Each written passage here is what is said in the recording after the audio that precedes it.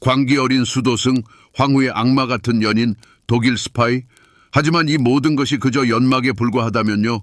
훨씬 더 섬뜩하고 훨씬 더 천재적인 무언가를 감추는 편리한 신화일 뿐이라면요.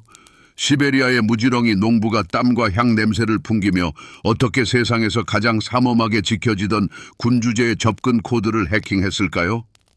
황후가 그의 말 한마디 한마디를 맹신하게 만들고 대신들이 그의 이름만 들어도 전율하게 만든 심리기술은 과연 무엇이었을까요? 그리고 가장 중요한 질문입니다. 그가 제국의 병폐의 원인이 아니라 오히려 그 마지막이자 가장 끔찍한 증상이었다면 어땠을까요? 오늘 우리는 단순한 소문을 되풀이하지 않을 것입니다. 우리는 진정한 해부를 할 것입니다. 제가 여러분께 경찰 기록 보관소에 보관된 여러분이 한 번도 들어보지 못한 문서들을 보여드리겠습니다. 우리는 그의 우정이 구체적인 수치로 얼마나 값비쌌는지 계산해 볼 것입니다. 금으로, 직책으로, 그리고 수십만 명의 인간 생명으로 말입니다. 누가 그의 뒤에 숨어 실질적으로 조종하며 그의 영향력을 완벽하게 돌아가는 사업으로 둔갑시켰는지 알게 될 것입니다. 이것은 흔한 전기물이 아닙니다. 이것은 권력의 해부학입니다. 절대적이고 비이성적이며 무자비한 권력의 해부학입니다. 이 영상을 끝까지 시청하시면 제가 약속하건대 여러분은 라스푸틴의 가장 큰 비밀을 이해하게 될 것입니다. 그 비밀은 오늘날 그 어느 때보다도 중요합니다. 진실은 어떤 신화보다도 훨씬 더 광적이고 충격적일 것입니다. 시작합니다. 러시아 제국이 고통 속에 신음하던 한복판 300년 왕조를 집어삼킬 정치적 폭풍의 한가운데 아무런 공식 직위도 없던 한 인물이 서 있었습니다. 이 인물은 군대를 지휘하지도 않았고 국가 칙령에 서명하지도 않았으며 전제 정치의 복잡한 관료기구에서 단 하나의 직책도 맡지 않았습니다. 그의 이름은 계급표에 등재되지 않았고 법적인 관점에서 그의 신분은 토볼스크 지방의 평범한 농부에 불과했습니다. 그럼에도 불구하고 바로 이 인물 그리고리 라스푸틴은 장관, 장군, 심지어 황실 가족의 운명까지도 그 주위를 맴돌게 하는 어두운 별, 즉 중력의 중심이 되었습니다. 이것이 바로 우리 이야기가 시작되는 가장 큰 역설입니다. 국가에서 가장 큰 영향력을 행사하던 인물이 어떻게 본질적으로 아무것도 아닌 존재일 수 있었을까요? 이 역설은 권력에 대한 우리의 모든 일반적인 통념을 무너뜨립니다. 우리는 영향력을 직책, 칭호, 재산으로 측정하는 데 익숙합니다. 권력이란 왕의 상징물, 집무실, 명령이라고 말입니다. 그러나 라스푸틴 현상은 완전히 다른 종류의 권력에 대한 이야기입니다. 광대한 제국의 모든 공식적인 제도보다 강했던 비이성적이고 개인적이며 거의 연금술적인 권력 말입니다. 그 권력은 궁전의 벽을 뚫고 스며들어 계층을 무시하고 바이러스처럼 직접적으로 국가 통치의 가장 핵심인 군주의 의지를 잠식했습니다. 그의 영향력은 무형적이었지만 그 결과는 수백만 명의 사람들에게 치명적으로 현실적인 것이었습니다. 그러니 미리 말씀드리자면 이것은 스캔들성 소문과 신비주의적 예언을 나열하는 흔한 전기물이 아닐 것입니다. 그런 이야기는 이미 수없이 많이 전해져 왔습니다. 우리는 다른 무언가를 시도할 것입니다. 이것은 비공식적 영향력에 해부학에 초점을 맞춘 지적인 조사, 거의 정치 스릴러와 같을 것입니다.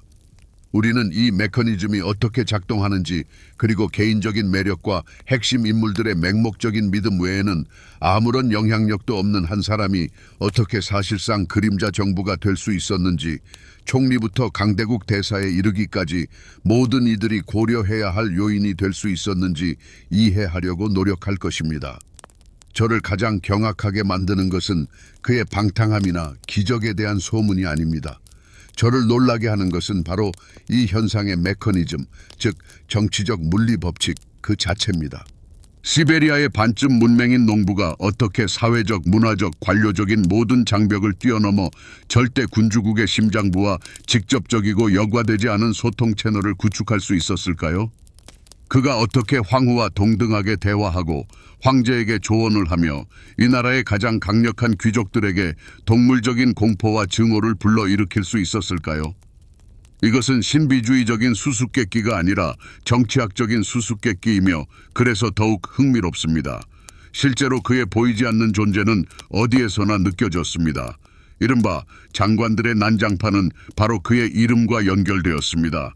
제1차 세계대전이 한창이던 시기에 최고위 관리들이 끊임없이 교체되면서 국가 통치가 마비되었는데 이 혼란스러운 상황이 바로 그와 관련이 있었습니다. 많은 동시대인들의 견해에 따르면 황후를 통해 전달된 그의 속삭임이 전선의 운명을 결정하고 국내 정치를 좌우했습니다. 이것은 책임 없는 권력, 의무 없는 영향력이었습니다. 상상할 수 있는 가장 위험하고 파괴적인 형태의 통치였으며 특히 국가적 위기가 최고조에 달했을 때 그러했습니다. 여러분께서 단순히 관람자가 아니라 이 지적인 조사의 참여자가 되시도록 초대합니다. 우리는 이 시베리아의 노인의 발자취를 함께 따라갈 것입니다.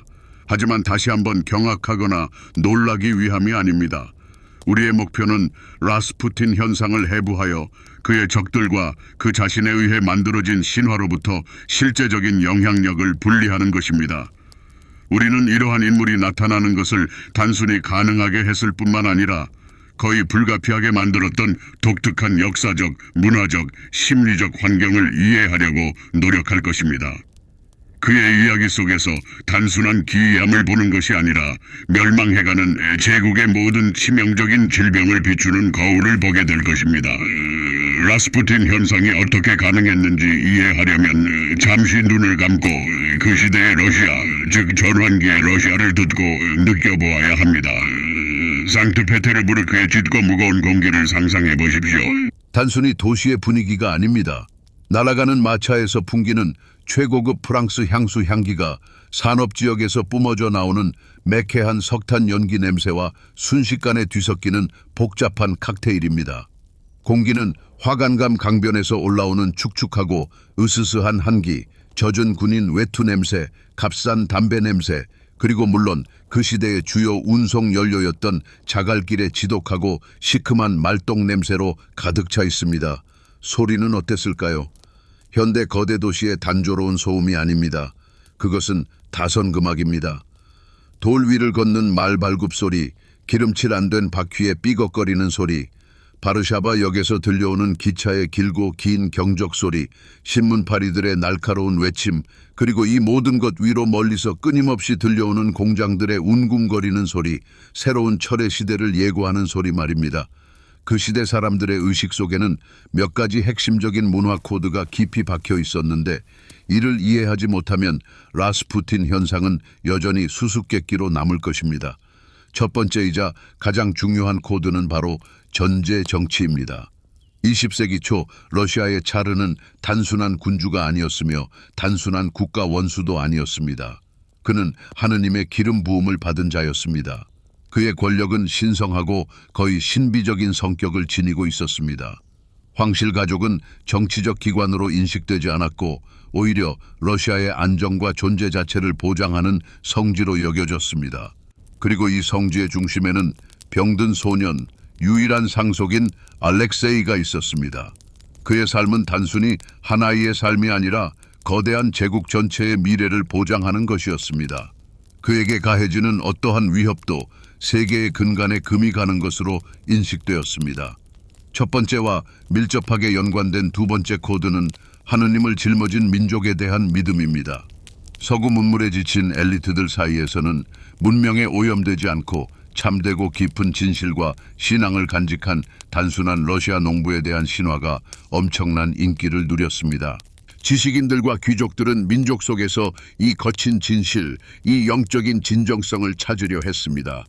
이러한 민족적 신성함의 이상적인 표현은 스타레츠의 이미지였습니다. 그는 반드시 성직자일 필요는 없었으며 그의 지혜는 교회의 직책에서 비롯된 것이 아니라 개인적인 신성한 깨달음에서 나온 영적인 스승이었습니다. 이는 학문적인 신학적 지혜가 아니라 살아있는 기적적인 말씀을 궁정에 가져다줄 민족 출신의 평범한 인물이 나타나기를 바라는 거대한 사회적 요구를 만들어냈습니다. 그리고 여기서 세 번째 코드가 등장합니다. 바로 공식 교회의 위기입니다. 제국 내 러시아 정교회는 강력한 국가기관이자 관료기구의 일부였습니다. 그러나 많은 이들, 특히 깊이 신비주의적이고 감정적으로 격앙된 알렉산드라 표도로브나 황후에게는 이 관습적이고 형식적인 종교성이 개인적인 고통에 대한 해답을 주지 못했습니다. 그녀에게는 화려한 예배와 차가운 설교가 필요하지 않았습니다. 그녀에게는 기적이 필요했습니다. 바로 지금 여기서 말입니다. 아들의 운명에 대한 살아있고 만질 수 있는 신성한 개입이 필요했습니다.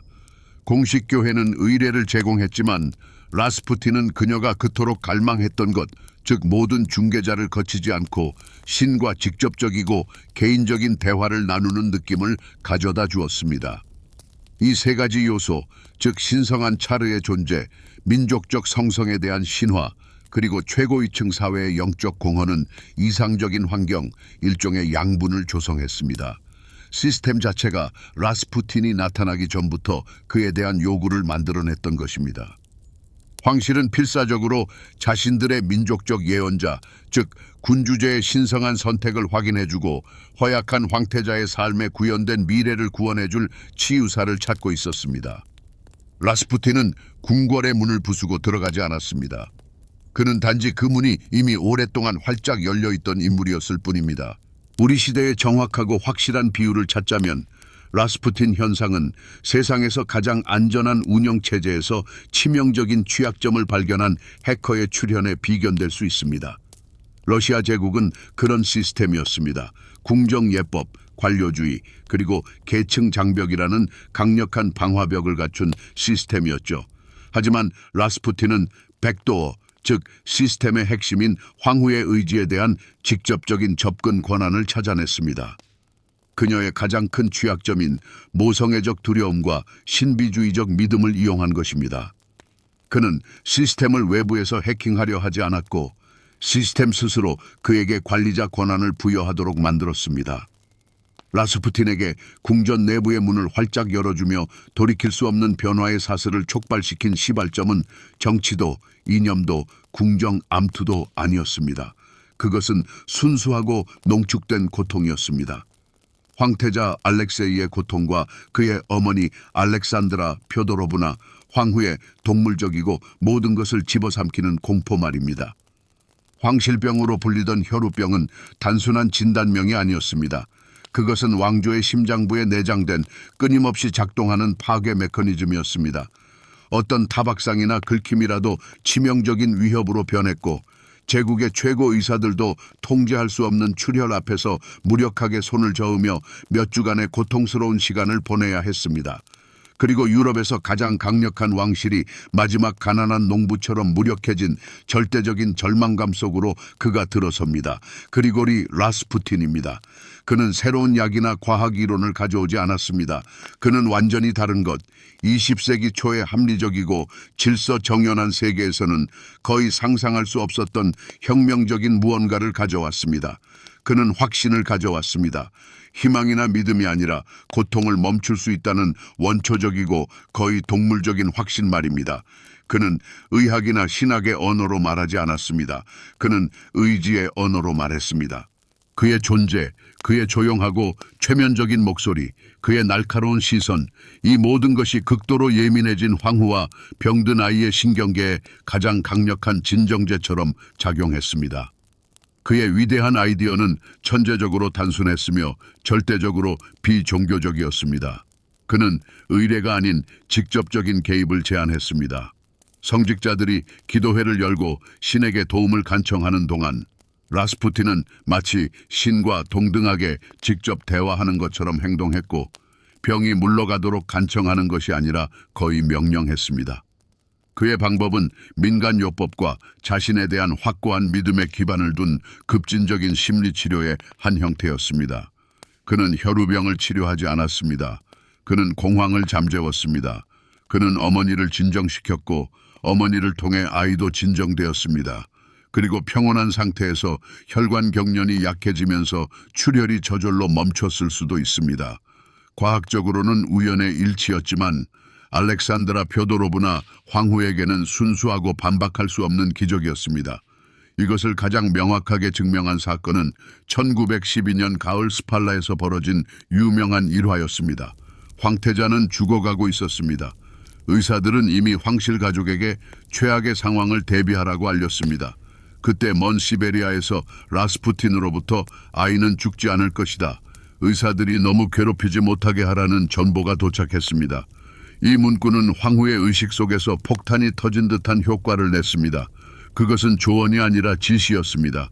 그리고 그것은 효과가 있었습니다. 전보를 받은 후 출혈이 멈췄고 위기는 지나갔습니다. 이때부터 라스푸틴은 그녀에게 단순한 하느님의 사람이 아니었습니다. 그는 그녀의 개인적인 수호 천사였고 요동치는 공포의 바다에서 유일한 구원의 닻이었습니다.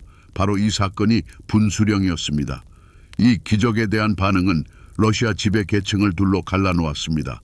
알렉산드로프스키 궁전 내부의 극소수에게는 이것이 노인의 성스러움에 대한 최종적인 증거였습니다. 그러나 귀족, 장관, 장군 등 나머지 세상에게는 다른 것의 증거가 되었습니다. 황후의 광기와 교활하고 위험한 사기꾼이 그녀에게 미치는 치명적이고 최면적인 영향력 말입니다. 그들은 사적인 가족의 비극과 거대한 나라의 통치 사이에 마지막 벽이 무너지는 것을 보았습니다. 러시아 기득권층에서는 아무도 이런 일을 예상하지 못했습니다. 모두가 음모, 영향력 다툼, 특혜에 익숙했습니다. 그러나 여기에는 완전히 다른 무언가가 있었습니다. 그들은 제거하거나 매수하거나 위협할 수 있는 정치적 적대자와 맞선 것이 아니었습니다. 그들은 절대적이고 비합리적인 믿음의 현상과 맞닥뜨렸습니다. 라스푸틴을 공격하려는 어떠한 시도도 이제 알렉산드라 표도로브나 황후에게는 정치적 술수가 아니라 신성 모독으로 아들의 생명을 노리는 시도로 인식되었습니다. 이것이 노인 성자 주변에 뚫을 수 없는 힘의 장을 만들었습니다. 이처럼 라스푸틴이 마쿠 실세로 등극한 것은 교묘한 계략의 결과가 아니었습니다. 그것은 단 한 번에 그러나 엄청나게 대담한 승부수가 낳은 결과였죠. 그는 오직 한 사람, 황후의 심리 상태를 쥐락펴락할 수 있는 능력에 모든 것을 걸었습니다. 그리고 그는 승리했습니다. 그의 대담함은 권력을 쟁취하는 데 있지 않았습니다. 오히려 그 권력을 쥔 이들에게 자신이 없으면 결코 살아남지 못하리라는 확신을 심어주는 데 있었죠. 그리고 그는 이 부분에서 섬뜩할 정도로 설득력이 있었습니다. 그렇다면 그는 대체 어떻게 그럴 수 있었을까요? 의학이나 신학, 그 어떤 전문 교육도 받지 못한 시베리아의 한 농부가 당대 최고의 의학 교수들도 엄두조차 내지 못하던 일을 연이어 성공시킬 수 있었을까요? 이제 신비주의적인 요소를 걷어내고 마치 엔지니어가 정교한 기계를 분해하듯이 그의 방식을 파헤쳐 봅시다. 왜냐하면 그것은 실로 하나의 메커니즘이었기 때문입니다. 단지 기계적인 것이 아니라 심리 생리학적인 메커니즘이었죠. 이 모든 것을 이해하는 데 도움이 될 핵심적인 은유는 바로 음향공명의 원리입니다. 라스푸틴은 직관적으로 황후의 영혼이 진동하던 바로 그 정확한 주파수를 찾아냈습니다. 아들에 대한 두려움과 기적에 대한 절박한 믿음의 주파수였죠. 그리고 그는 단순히 그 주파수에 맞춘 것에 그치지 않고 강력한 증폭기이자 중계기가 되어 다른 모든 신호를 압도해버렸습니다. 이제 이 기이한 현상의 속사정을 들여다봅시다. 라스푸틴의 가장 주된 도구이자 그의 발신체는 바로 그의 그 유명한 눈이었습니다. 거의 모든 회고록 저자들이 심지어 그를 가장 증오했던 이들조차 그의 시선이 가진 최면적인 힘을 언급했습니다. 그것은 단순히 꿰뚫어보는 시선이 아니었습니다. 그것은 하나의 기술이었죠.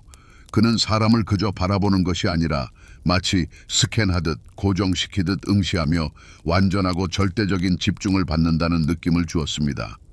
이 시선은 순식간에 모든 사회적 장벽을 허물고 직접적이고 비언어적인 교감을 형성했습니다.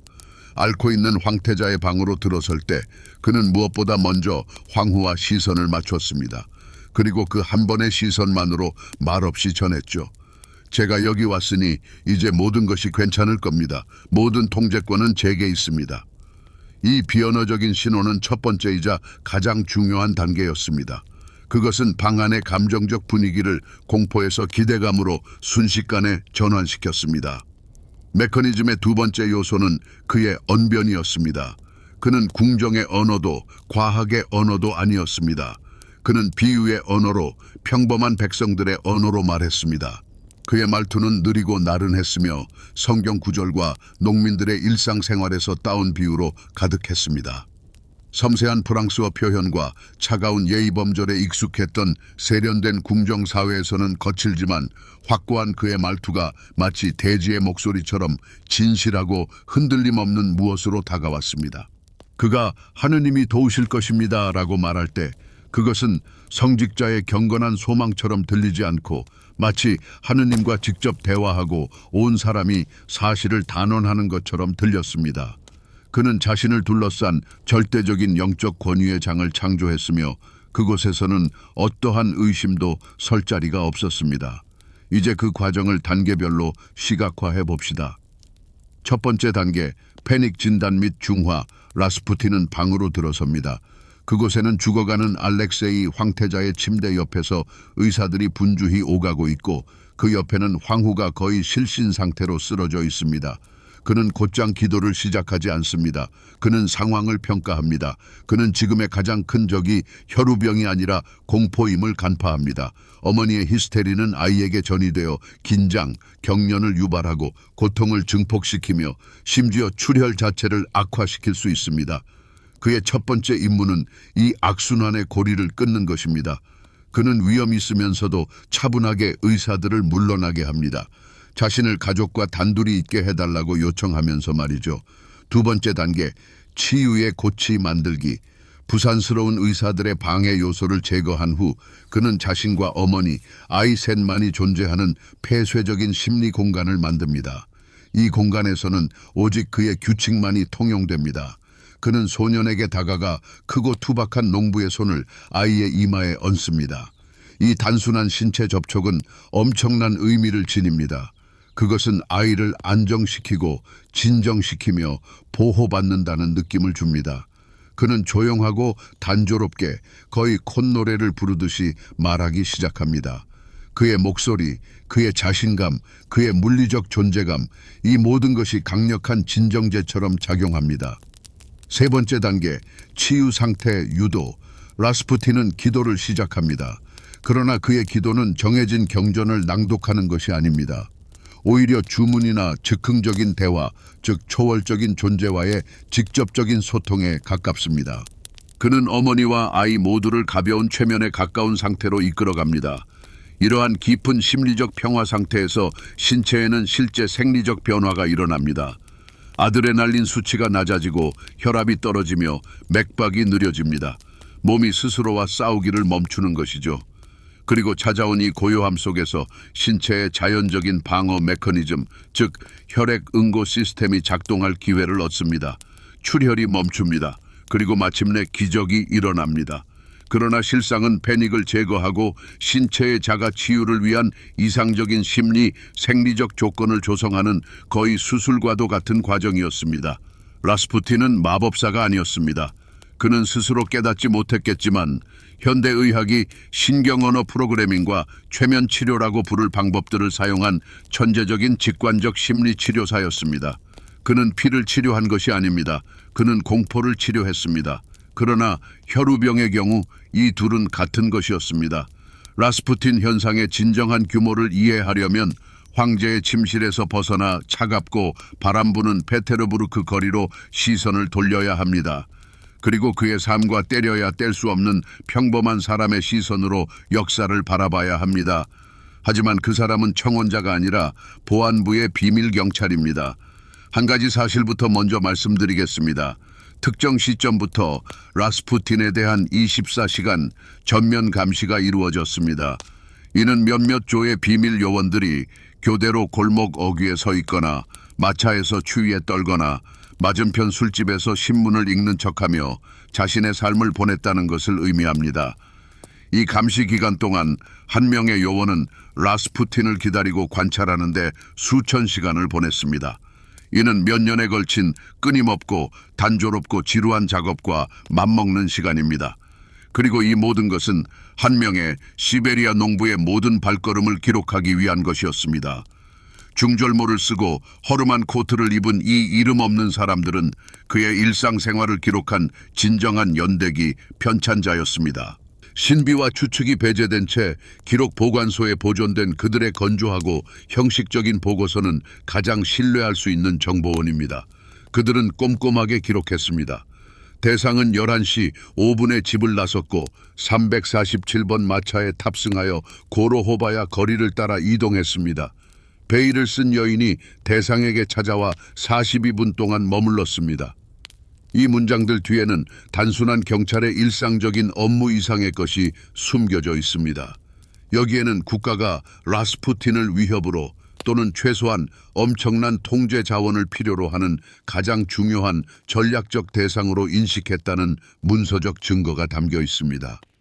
그의 영향력은 단순히 소문으로만 측정된 것이 아니라 그의 경호와 감시를 위해 경찰국에 할당된 구체적인 예산으로도 측정되었습니다. 하지만 라스푸틴의 천재성은 그의 뒤에 서 있던 눈에 띄지 않지만 절대적으로 핵심적인 한 인물이 없었다면 온전히 발휘될 수 없었을 것입니다. 이 사람은 바로 아론 시마노비치, 라스푸틴 개인의 비서이자 재정 고문 그리고 매니저였습니다. 라스푸틴이 영적 자본의 원천이었다면 시마노비치는 그 자본을 실제 돈과 직책 그리고 서비스로 전환시킨 인물이었죠.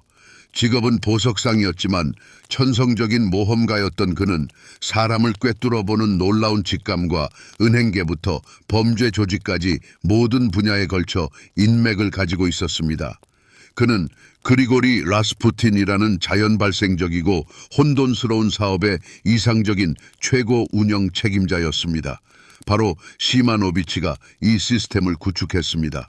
그는 청원자들을 접수하고 가능성 없는 이들을 걸러냈으며 기부금의 은밀한 장부를 관리했습니다. 라스푸틴에게 군사 주문을 받도록 도와달라고 청원하는 산업가가 찾아오면 나중에 필요한 관리들과 협상을 진행한 것은 바로 시마노비치였습니다. 실각한 장군이 다시 복귀하기를 원할 때 라스푸틴이 이미 한마디 거들어준 후 위로 요청을 전달할 수 있는 경로를 찾은 것도 시마노비치였습니다. 이 실용적이고 냉소적인 조직가가 없었다면 라스푸틴의 영향력은 영적 대화와 치유의 범위에 머물렀을지도 모릅니다. 시마노비치는 그를 구체적인 현실 문제를 해결하고 물론 그로부터 상당한 이득을 취할 수 있는 기능적인 기관, 즉 그림자 부처로 변모시켰습니다. 이제 고로호바야 거리에 있는 라스푸틴의 아파트를 들여다봅시다. 그의 시스템 내에서의 위치를 가장 잘 보여주는 놀라운 생활 속 디테일을 볼 수 있을 것입니다. 상상해보세요. 비좁고 늘 담배 연기로 자욱한 응접실에는 유향, 신김치, 싸구려 향수, 그리고 수십 명의 땀 냄새가 뒤섞인 짙은 공기가 가득합니다. 그리고 이 방 안에는 어깨를 맞대고 완전히 어울리지 않는 사람들이 차례를 기다리며 앉아 있습니다. 남편을 위해 청혼하러 온 근위대 대령의 부인이 있을 수 있고 그 옆에는 병든 암소를 위해 기도해달라며 보자기에 마지막 루블화를 싸들고 온 랴잔 인근의 농부가 앉아 있습니다. 그곳에는 또한 후원을 바라는 육중한 은행가와 영적 지도를 구하러 온 어떤 종교적 진리 추구자도 함께 있을 수 있었습니다. 이 아파트는 러시아 제국 전체에서 유일무이한 장소였습니다. 이곳은 전제정치의 중추였던 사회적 위계 질서가 단순히 사라지는 지점이었습니다. 이곳에는 직책도 자귀도 지위도 없었습니다. 모두가 자신의 필요와 꿰뚫어 보는 듯한 눈을 가진 이 이상한 농부가 자신들의 마지막 희망이라는 믿음 속에서 평등했습니다. 사람들은 그에게 갔습니다. 왜냐하면 공식적인 국가 시스템은 너무나 거대하고 너무나 느리고 너무나 부패하고 그들의 고통에 무관심했기 때문입니다. 라스푸틴의 아파트는 대안적인 권력의 중심이 되었고 모든 문제를 해결하는 비공식적인 원스톱 창구가 되어 많은 이들에게는 제국의 모든 관료 체제보다 더 빠르고 효율적으로 작동하는 것처럼 보였습니다. 바로 이 인간적인 요소, 즉 이 비밀 경찰들, 이 노련한 비서, 이 절박한 청원자들의 무리가 라스푸틴 영향력의 실제적인 기반을 형성했습니다. 그의 힘은 단지 그의 개인적인 카리스마에만 있었던 것이 아닙니다. 그것은 그가 파괴하지 않고 단지 우회했을 뿐인 국가기관들의 약점과 마비 상태에 있었습니다. 그는 질병의 원인이 아니라 그 질병의 가장 선명하고 추악한 증상이었던 것입니다. 그의 이야기 뒤에 서 있던 사람들은 각자의 방식으로 무의식적으로 그가 러시아 심장부에 종양처럼 자라난 그림자 제국을 건설하도록 도왔던 것입니다. 오랜 시간 동안 라스푸틴을 둘러싼 시스템은 자신만의 폐쇄적이고 거의 밀봉된 세계 속에서 작동했습니다. 그는 위로를 건네고 조언을 하고 청원자들을 맞이했습니다.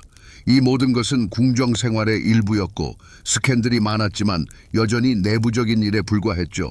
하지만 1914년 8월 사라예보에서 총성이 울렸고 세계는 무너져 내렸습니다. 제1차 세계대전이 발발한 것입니다. 이 전 세계적인 대재앙은 러시아 전제 정치의 취약한 구조를 강타하고 라스푸틴 현상을 궁궐의 밀실에서 세계사의 무대로 끌어올린 완벽한 폭풍이 되었습니다. 처음에는 전쟁이 국가를 단결시킬 것처럼 보였습니다. 그러나 그것은 동시에 국가기관의 치명적인 균열을 드러내는 무자비한 엑스레이가 되었습니다. 라스푸틴에게 계획이 있었다면 그것은 황실 가족의 수호자라는 그의 독특한 지위를 유지하는 것이었을 겁니다. 하지만 전쟁은 모든 것을 바꾸어 놓았습니다. 전쟁은 국가 시스템의 최고의 효율성, 능력, 그리고 일관성을 요구했습니다. 그러나 비공식적인 영향력에 의해 잠식된 시스템에는 바로 이러한 자질이 없었습니다. 모든 것이 계획대로 되지 않기 시작한 전환점은 1915년 8월 니콜라이 2세의 치명적인 결정이었습니다. 모든 대신들의 조언에도 불구하고 그는 수도를 떠나 대본영으로 가서 최고 사령관의 직위를 스스로 맡았습니다. 황제의 관점에서 이것은 애국적인 의무였습니다. 그러나 국가 통치의 관점에서 이것은 재앙이었습니다. 황제의 전선행은 페트로그라드에 엄청난 권력 공백을 만들었습니다. 그리고 그 공백 속으로 즉시 황후 알렉산드라 표도로브나가 발을 들여놓았고 그녀는 실질적인 섭정이 되었습니다. 그리고 그녀의 뒤에는 이제 더 이상 숨지 않고 그리고리 라스푸틴이 우뚝 섰습니다. 이전에는 주로 가족 및 인사 문제에 국한되었던 그의 영향력은 이제 범람하는 강물처럼 대규모 정치, 경제, 그리고 군사 행정 분야로 쏟아져 들어왔습니다. 끊임없는 스트레스 속에서 남편으로부터 후방 업무에 대한 도움을 요청하는 편지를 받던 황후는 라스푸틴을 모든 문제에 대한 자신의 최고이자 유일한 조언자로 삼았습니다. 그의 말이 결정적인 힘을 갖게 된 것이죠. 그리고 여기에서 힘과 약점의 무자비한 변증법이 작동했습니다. 황후의 라스푸틴에 대한 절대적인 믿음은 그의 가장 큰 힘이자 뚫을 수 없는 방패였지만 동시에 국가 시스템 전체에 대한 가장 큰 취약점으로 변했습니다. 한 가정의 심리 치료로는 효과적이었을지도 모르는 그의 직관적이고 신에게서 영감을 받은 조언들은 거대한 전쟁 중인 국가의 규모에서는 완전히 파멸적인 결과를 초래했습니다. 한 사람의 신경을 미세하게 수술하던 그의 메스가 이제는 제국을 통치하는 가장 복잡한 메커니즘을 부수는 거대한 망치로 변해버렸습니다. 악명 높은 장관 교체 대혼란이 시작되었습니다. 1년 반 동안 러시아에서는 4명의 내각 의장, 6명의 내무부 장관, 3명의 전쟁부 장관이 교체되었습니다. 능력, 경험, 전문성은 더 이상 아무 의미가 없었습니다. 최고 국가 직위 임명의 유일한 기준은 황후가 라스푸틴을 지칭하던 우리의 친구에 대한 충성심 또는 반대로 불충성 여부였습니다.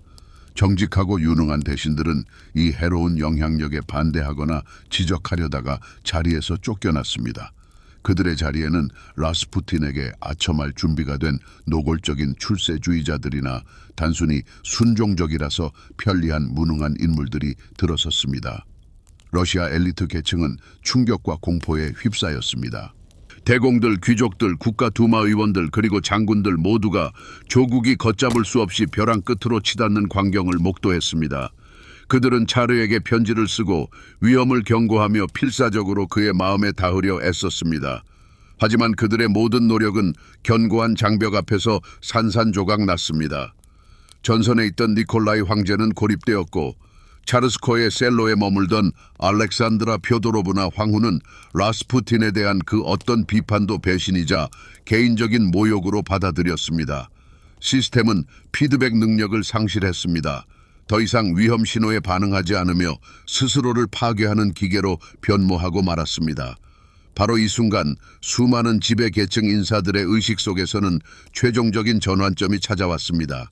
그들은 이 문제를 합법적인 정치적인 방법으로는 더 이상 해결할 수 없다는 사실을 깨달았습니다.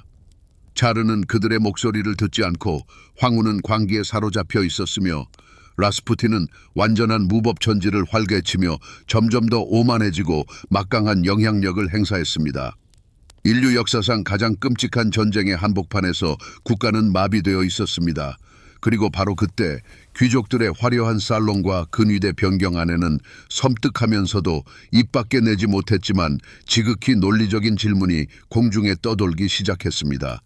만약 여왕을 조종하는 폰을 치울 수 없다면 그 폰 자체를 어떻게 해야 할까? 라스푸틴이라는 인물을 바라볼 때 우리는 종종 두 가지 극단적인 생각에 빠지기 쉽습니다. 하나는 그를 제국을 홀로 파멸시킨 악마 같은 꼭두각시 조종자로 보는 것이고, 다른 하나는 그를 무고한 비방의 희생양으로 여기는 것입니다. 하지만 지성적인 정직함은 이보다 더 복잡한 다른 해석들이 존재함을 인정하도록 요구합니다. 특히 전쟁 중에 가장 널리 퍼진 대안 이론 중 하나는 라스푸틴이 독일의 스파이라는 주장이었습니다. 그 논리는 단순하면서도 치명적이었습니다. 그 노인은 줄곧 독일에 대한 전쟁에 반대했고 단독 강화를 지지했습니다. 이것이 누구에게 이득이 되었겠습니까? 물론 베를린이었습니다. 알렉산드라 표도로브나 황후의 독일 출신 배경으로 뒷받침된 이 주장은 강력한 선전 도구로 변모했습니다. 이는 전선에서의 모든 실패와 후방 권력의 마비 상태를 완벽하게 설명해 주었습니다. 비록 그가 독일 정보기관을 위해 일했다는 어떠한 실제 증거도 발견되지 않았지만 이 신화는 놀라울 정도로 끈질기게 살아남았습니다. 왜냐하면 벌어지고 있는 대재앙에 대해 간단하고 명확한 설명을 제공했기 때문입니다. 또 다른 보다 현대적이고 심오한 이론은 라스푸틴을 원인이 아닌 증상, 그리고 더 중요하게는 보편적인 희생양으로 간주합니다. 이 이론에 따르면 러시아 군주제는 1916년 무렵 이미 치명적인 병에 걸려 있었습니다. 그것을 좀먹은 것은 한 노인의 음모가 아니라 구시대적인 정치체제, 미해결된 농민 문제, 극심한 사회적 긴장, 그리고 끝내 감당할 수 없었던 세계대전의 짐이라는 심각한 시스템적 위기였습니다. 이러한 상황에서 자유주의자와 보수주의자를 막론하고 엘리트들은 적을 필요로 했습니다. 하지만 하느님의 기름 부음을 받은 자, 즉 황제를 직접적으로 비판하는 것은 아직 상상할 수 없는 일이었습니다. 그것은 전체 구조를 무너뜨리는 것을 의미했기 때문입니다. 그래서 모든 증오와 모든 실망감, 모든 좌절은 편리하고 이해하기 쉬운 표적, 즉 황후를 홀렸다고 알려진 어둡고 방탕한 시골뜨기에게로 향했습니다. 라스푸틴은 피로에 침이 되어 엘리트들이 형식적으로는 군주에게 충성을 유지하면서도 권력을 증오할 수 있게 해주었습니다. 그는 암 자체라기보다는 그 암의 가장 추악하고 눈에 띄는 전이 병변이었습니다. 하지만 이 모든 이론의 배경에는 손에 잡힐 듯 생생한 경제적 실체가 숨어 있었습니다. 라스푸틴의 영향력은 단순히 추상적인 힘이 아니었습니다. 그것은 페트로그라드에서 가장 귀하고 희소한 통화로 통하는 상품과도 같았습니다. 그리고 이 통화에는 자체적인 중앙은행과 재무부 장관이 있었는데 바로 그의 비서 아론 시마노비치였습니다. 그 노인을 중심으로 거대한 그림자 경제, 즉 온갖 종류의 서비스 암시장이 형성되었습니다. 그를 통해 전달되는 청탁 하나에는 막대한 대가가 따랐습니다. 그의 손에서 나온 단 두어 마디가 적힌 쪽지 한 장으로 수백만 루블 규모의 군사 계약이 성사되거나 한 은행 전체가 파산의 위기에서 벗어나기도 했습니다. 돈과 보석, 그리고 온갖 종류의 서비스가 고로호바야 거리의 그의 아파트로 끊임없이 쏟아져 들어왔습니다. 정황상 라스푸틴 본인은 개인적인 부에는 상당히 무관심했으며 받은 돈을 쉽게 나누어 주기도 했습니다. 하지만 그가 만들어낸 시스템은 정교하게 작동하는 상업 메커니즘처럼 움직였습니다. 이제 구체적인 사례를 통해 이 경제의 규모가 얼마나 거대했는지 한번 통찰해 봅시다. 라스푸틴의 가장 논란 많은 비호 대상 중 하나는 어둠의 사업가이자 금융 사기꾼이었던 은행가 드미트리 루빈슈테인이었습니다. 그가 사기와 독일과의 협력 혐의로 체포되었을 때 라스푸틴이 황후를 통해 개입한 덕분에 그는 풀려날 수 있었습니다. 석방된 후 루빈슈테인은 여전히 자신의 불법적인 사업을 계속했습니다. 그런데 말이죠. 노인의 묵인하에 이루어진 러시아 은행 주식 사기극 단 한 번으로 국가가 입은 재정적 손실은 해군이 그토록 절실히 필요로 했던 신형 구축함 한 척을 건조하는 비용과 맞먹는 수준이었습니다. 이것은 더 이상 단순한 뇌물이 아니었습니다.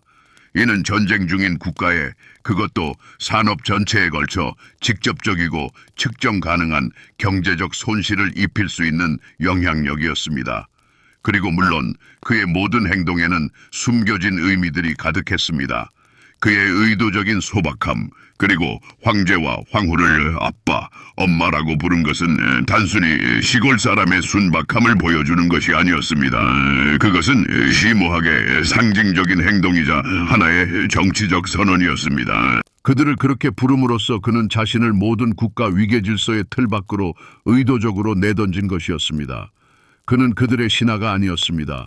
그는 그들의 가족 구성원, 그들의 정신적 아버지가 되었습니다. 즉, 아래에 있는 존재가 아니라 마치 옆에서 완전히 다른 수준에 서 있는 존재가 된 것입니다. 이를 통해 그는 모든 궁정인과 모든 대신들, 그리고 장군들에게 말하는 듯 했습니다. 당신들은 모두 하인이자 관료일 뿐이지만 나는 친구입니다. 당신들의 권력은 법과 서열표에 기반합니다. 반면 나의 권력은 신의 섭리와 개인적인 유대감에 기반합니다. 이처럼 라스푸틴 현상의 숨겨진 이면은 단순히 마쿠의 음모에 그치지 않았습니다. 그것은 강력한 그림자 경제였으며 동시에 복잡한 상징들의 정교한 놀이였습니다. 그는 단순히 조언을 하는데 그치지 않고 권력의 핵심에 접근할 수 있는 권한을 거래했습니다. 그의 모든 몸짓은 제국의 공식적인 제도들을 약화시키고 그 정당성을 훼손하는 데 초점을 맞추고 있었습니다. 그는 직관적으로 깨달았습니다. 붕괴해가는 국가에서 진정한 권력이란 직위가 아니라 최종 결정을 내리는 사람과의 친밀함에 있다는 것을 말입니다. 그리고 그는 이 친밀함을 독점하여 그것을 당대에서 가장 수익성 높고 가장 파괴적인 자산으로 탈바꿈시켰습니다. 이제 우리는 이 복잡한 메커니즘을 조각조각 해부하고 그의 인격이 가진 최면적인 힘과 전쟁과 차르의 부재가 만들어낸 정치적 공백, 그리고 그의 비서가 운영했던 냉소적인 상업적 장치, 나아가 민중의 성인에 대한 깊은 문화적 요구까지 모두 확인했을 때 비로소 전체 그림이 소름 끼치도록 명확해지기 시작합니다. 심리학, 정치, 경제, 그리고 신비주의라는 이 모든 흩어졌던 실타래들은 이제 하나의 단단한 매듭으로 엮이는 듯합니다. 우리는 모든 증거를 수집하고 모든 증인을 신문했으며 이제 가장 중요한 질문을 던질 준비가 되었습니다. 그렇다면 과연 그리고리 라스푸틴 현상의 진정한 해답은 무엇일까요? 제 생각에는 모든 음모론보다도 훨씬 더 단순하면서도 동시에 훨씬 더 끔찍한 해답이 있습니다. 라스푸틴 현상의 해답은 그가 시스템의 파괴자도 혹은 그 시스템을 은밀히 지배하는 자도 아니었다는 점에 있습니다. 그의 진정한 역사적 기능은 다른 데 있었습니다. 그는 위대한 대리자였습니다. 그는 러시아에서 그 시점에 이미 죽었거나 마비 상태에 빠져 있던 모든 국가적, 사회적 기관들을 위한 살아있는 인간적인 대용품이었습니다. 그는 시스템을 파괴하지 않았습니다. 그저 시스템이 남긴 텅 빈 자리를 찾아와 차지했을 뿐입니다. 좀 더 자세히 들여다봅시다. 신앙 관련 부서로 전락해버린 공식교회는 황후에게 차가운 의식과 형식적인 위안만을 제공했습니다. 교회는 황후가 절실히 필요로 했던 살아있는 듯 생생한 기적과 개인적인 희망을 줄 수 없었습니다. 그리고 라스푸틴이 와서 교회를 대신했습니다. 그는 알렉산드라 표도로브나 황후에게 그녀만의 개인적인 대주교이자 그녀만의 예언자, 즉 신과 직접 연결되는 채널이 되어주었습니다. 이 채널은 어김없이 그리고 즉각적으로 작동했습니다. 육중하고 부패했으며 영혼 없는 제국의 관료 조직은 수백만 소시민들의 문제를 해결할 수 없었습니다. 그들의 탄원에는 눈과 귀를 닫았습니다. 그러자 고로호바야 거리에 있는 라스푸틴의 아파트가 이 모든 거대한 기계를 대신하게 되었습니다. 그것은 대한정부가 되었고 공식적이지 않은 비상대책부가 되었습니다. 은행가부터 시골 여인에 이르기까지 누구든지 그곳에 찾아와 자신의 문제를 해결할 수 있었습니다. 물론 뇌물을 통해 모욕을 감수하면서 말이죠. 하지만 그들은 공식 채널로는 결코 얻을 수 없었던 결과를 얻었습니다. 황제가 전선으로 떠났을 때 그는 수도의 최고 정치 의지의 자리에 거대한 공백을 남겼습니다. 대신들은 갈피를 잡지 못했고 정부는 방향을 잃었습니다. 그리고 라스푸틴은 황후를 통해 총리이자 최고 고문을 대신했습니다. 그는 권력을 찬탈하지 않았습니다. 그저 합법적인 소유주가 버려둔 곳에서 그것을 주워 올렸을 뿐입니다. 그의 조언은 치명적이었고 그의 인사 임명은 재앙적이었지만 그는 다른 누구도 줄 수 없는 것을 주었습니다.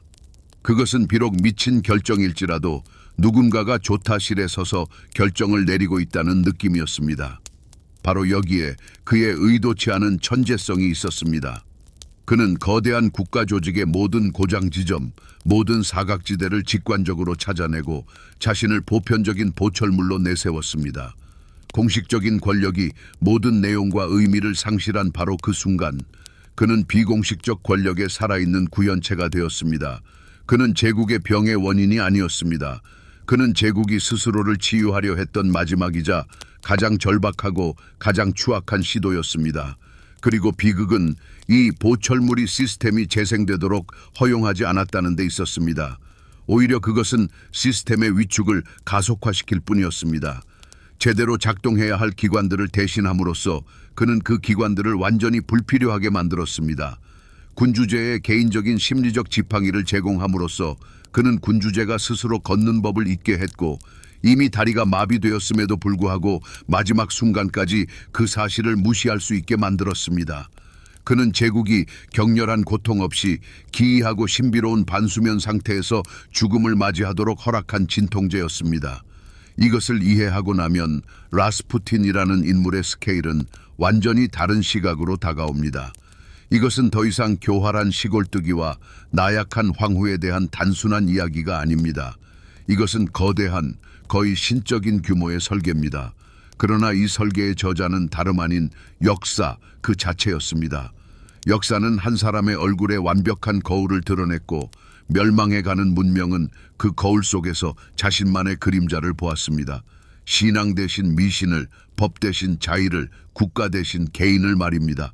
라스푸틴은 한낱 인간이 아니었습니다. 그는 하나의 선고였습니다. 라스푸틴의 삶, 더 정확히 말해 그의 죽음이 남긴 긴 여운은 즉시 진동하기 시작했습니다. 그를 살해한 공모자들은 자신들이 군주제를 구하기 위한 외과 수술을 감행했다고 믿었습니다. 그들은 종양을 제거하면 유기체가 건강을 되찾을 것이라 생각했습니다. 그러나 그들은 진단을 잘못 내렸습니다. 라스푸틴은 종양이 아니라 마비된 정권이 의지하던 마지막 목발이었습니다. 그 목발을 걷어찼을 때 그들은 정권을 걷게 한 것이 아니라 오히려 그 정권의 몰락을 가속화시켰을 뿐입니다. 유수포프 궁전의 총성으로 촉발된 도미노 효과는 급진적이고 파괴적이었습니다. 그 노인의 살해는 엘리트들을 왕좌주의로 결집시킨 것이 아니라 오히려 모든 이들, 즉 백성, 군대, 그리고 혁명가들에게 권력이 완전히 마비되었음을 보여주었습니다. 만약 황실 가족 구성원들과 군주주의자 성향의 의원들이 차르의 개인적인 친구를 처벌 없이 살해할 수 있다면 이는 왕좌의 신성한 아우라가 완전히 사라졌음을 의미했습니다. 이는 곧 무엇이든 가능하다는 신호였습니다. 바로 이 신호가 반가쇠가 되었습니다. 라스푸틴 살해 2달 만에 페트로그라드에서는 2월 혁명이 발발했습니다. 이를 진압하기 위해 파견된 병사들은 봉기군 편으로 넘어갔습니다. 어제까지만 해도 충성을 맹세했던 장군들은 황제에게 퇴위를 권했습니다. 모든 구조가 마치 카드 더미처럼 거의 즉각적으로 무너져 내렸습니다.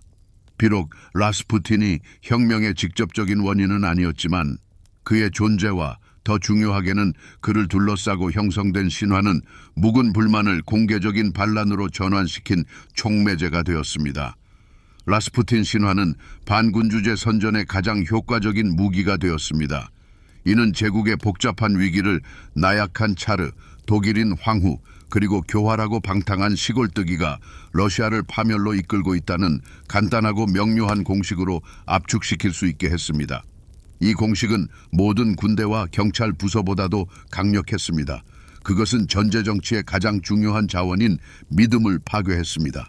하지만 가장 놀라운 점은 그의 유산이 오늘날 우리 문화 속에서 그것도 종종 가장 예상치 못한 형태로 살아 숨쉬고 있다는 것입니다.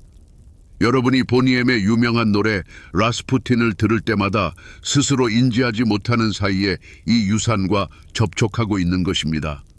이 즐거운 디스코 곡은 가장 복잡한 역사적 비극이 어떻게 간단하고 쉽게 이해되는 팝 문화 신화로 변모하는지 완벽하게 보여주는 예시입니다. 4분짜리 이 곡 안에서 모든 드라마는 라스푸틴, 러시아 여왕의 연인이라는 인상적인 이미지로 압축됩니다. 그는 마치 신비로운 연인이자 정치적 음모가, 즉 러시아 최고의 사랑 기계로 등장합니다. 현실과는 한없이 동떨어진 이 이미지는 놀랍도록 생명력이 강해서 전 세계 수백만 사람들에게 실제 역사를 대체하는 존재가 되었습니다.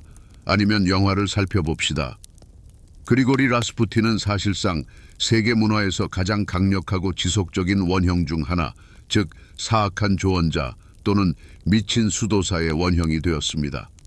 최면적인 눈빛을 가진 어둡고 카리스마 넘치는 인물이 통치자의 신뢰를 얻어 은밀히 국가를 조종하며 파멸로 이끄는 모습 말입니다.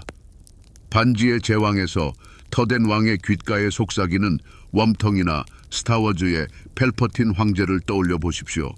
화면에 그런 인물이 등장할 때마다 우리는 라스푸틴의 그림자를 보게 됩니다. 그는 너무나 강력하고 잘 알려진 이미지를 창조했기에 그 이미지는 본래의 인물에서 분리되어 독자적인 생명을 얻었으며 음성적이고 파괴적인 권력의 보편적인 상징이 되었습니다. 이것이 바로 라스푸틴 유산이 품고 있는 가장 큰 역설입니다. 우리가 익히 아는 라스푸틴 신화는 혁명가나 볼셰비키가 만들어낸 것이 아닙니다.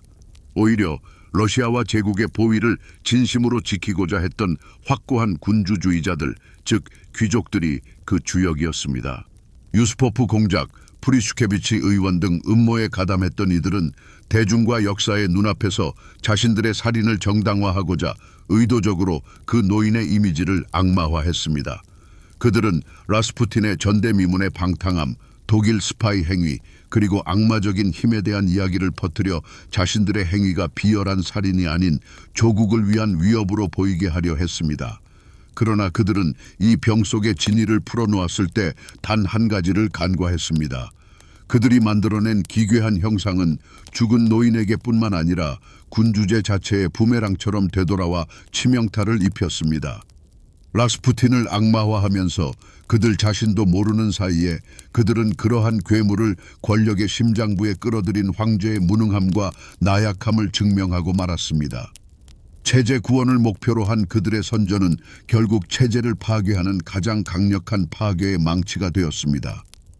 결과적으로 대공들과 애국적인 군주주의자들은 모든 지하 혁명 세력을 합친 것보다 더 효과적으로 전제 정치를 실추시킨 가장 능률적인 무덤 파는 자들이었습니다. 이것이 바로 역사의 아이러니입니다. 방어를 위해 만들어진 무기가 정작 그 주인을 향해 치명적인 일격을 가한 것이죠. 수염난 사내, 제정 러시아의 황제, 그리고 궁정의 음모에 대한 100여 년 전의 아득한 이야기가 우리와 얼마나 동떨어진 것처럼 느껴질까요? 하지만 잠시라도 귀 기울여 본다면 그날의 웅장한 메아리가 우리의 21세기 소음과 놀랍도록 공명하고 있음을 발견할 것입니다. 우리는 전통적인 기관들, 즉 정부, 과학, 언론에 대한 신뢰가 역사상 유례 없이 낮은 수준에 도달한 시대에 살고 있습니다. 사회는 적대적인 정보의 거품들로 쪼개져 양극화되고 있으며 각자는 타인의 접근을 불허하는 자신만의 진실을 고수합니다. 그리고 우리는 이러한 보편적인 불신과 복잡함에 대한 피로의 토대 위에서 비온 뒤 버섯처럼 카리스마 넘치는 인물들이 솟아나는 것을 목격합니다. 그들은 가장 복잡한 질문에 대해 단순하고 직관적인 답변을 제시합니다. 현대와의 연결다리는 여기에서 저절로 놓입니다. 귀족들이 라스푸틴에 대한 가장 터무니없는 소문들을 속삭이듯 주고받던 페트로그라드의 사교계는 음모론이 빛의 속도로 확산되는 우리의 소셜미디어의 선구자가 아니고 무엇이겠습니까? 사랑하는 자식을 구하기 위해 그 누구라도 믿으려 했던 황후의 절망은 오늘날 공식 의료 체계에 실망하여 대한치료사와 반과학적 컬트의 세계로 빠져드는 사람들의 절망과 흡사하지 않습니까? 라스푸틴 현상은 단순히 과거에 대한 이야기가 아닙니다. 그것은 사회에 신뢰의 공백이 생겼을 때 벌어지는 현상에 대한 영원한 서사입니다. 바로 이 지점에서 우리는 이 모든 이야기에서 얻을 수 있는 가장 중요한 그리고 결코 평범하지 않은 통찰을 명확하게 파악할 수 있습니다. 그 교훈은 무자격자들을 권력의 핵심에 앉혀서는 안 된다는 단순한 사실이 아닙니다. 그것은 너무나 자명합니다. 진정한 교훈은 훨씬 더 심오합니다. 복잡한 시스템에 대한 가장 큰 위협은 외부의 적이 아니라 내부에 형성된 의미와 신뢰의 공백이라는 것입니다. 라스푸틴은 번성하던 제국을 파괴하러 온 강력한 악마가 아니었습니다. 그는 단지 기회 감염에 불과했으며 국가라는 유기체의 면역 체계가 이미 제 기능을 상실했기 때문에 치명적인 규모로 번식할 수 있었을 뿐입니다. 그는 혼돈을 만들어내지 않았습니다. 그저 제 역할을 못하게 된 기관들이 남긴 공허를 채웠을 따름입니다. 자연이 공허를 허용하지 않듯 정치 또한 마찬가지입니다.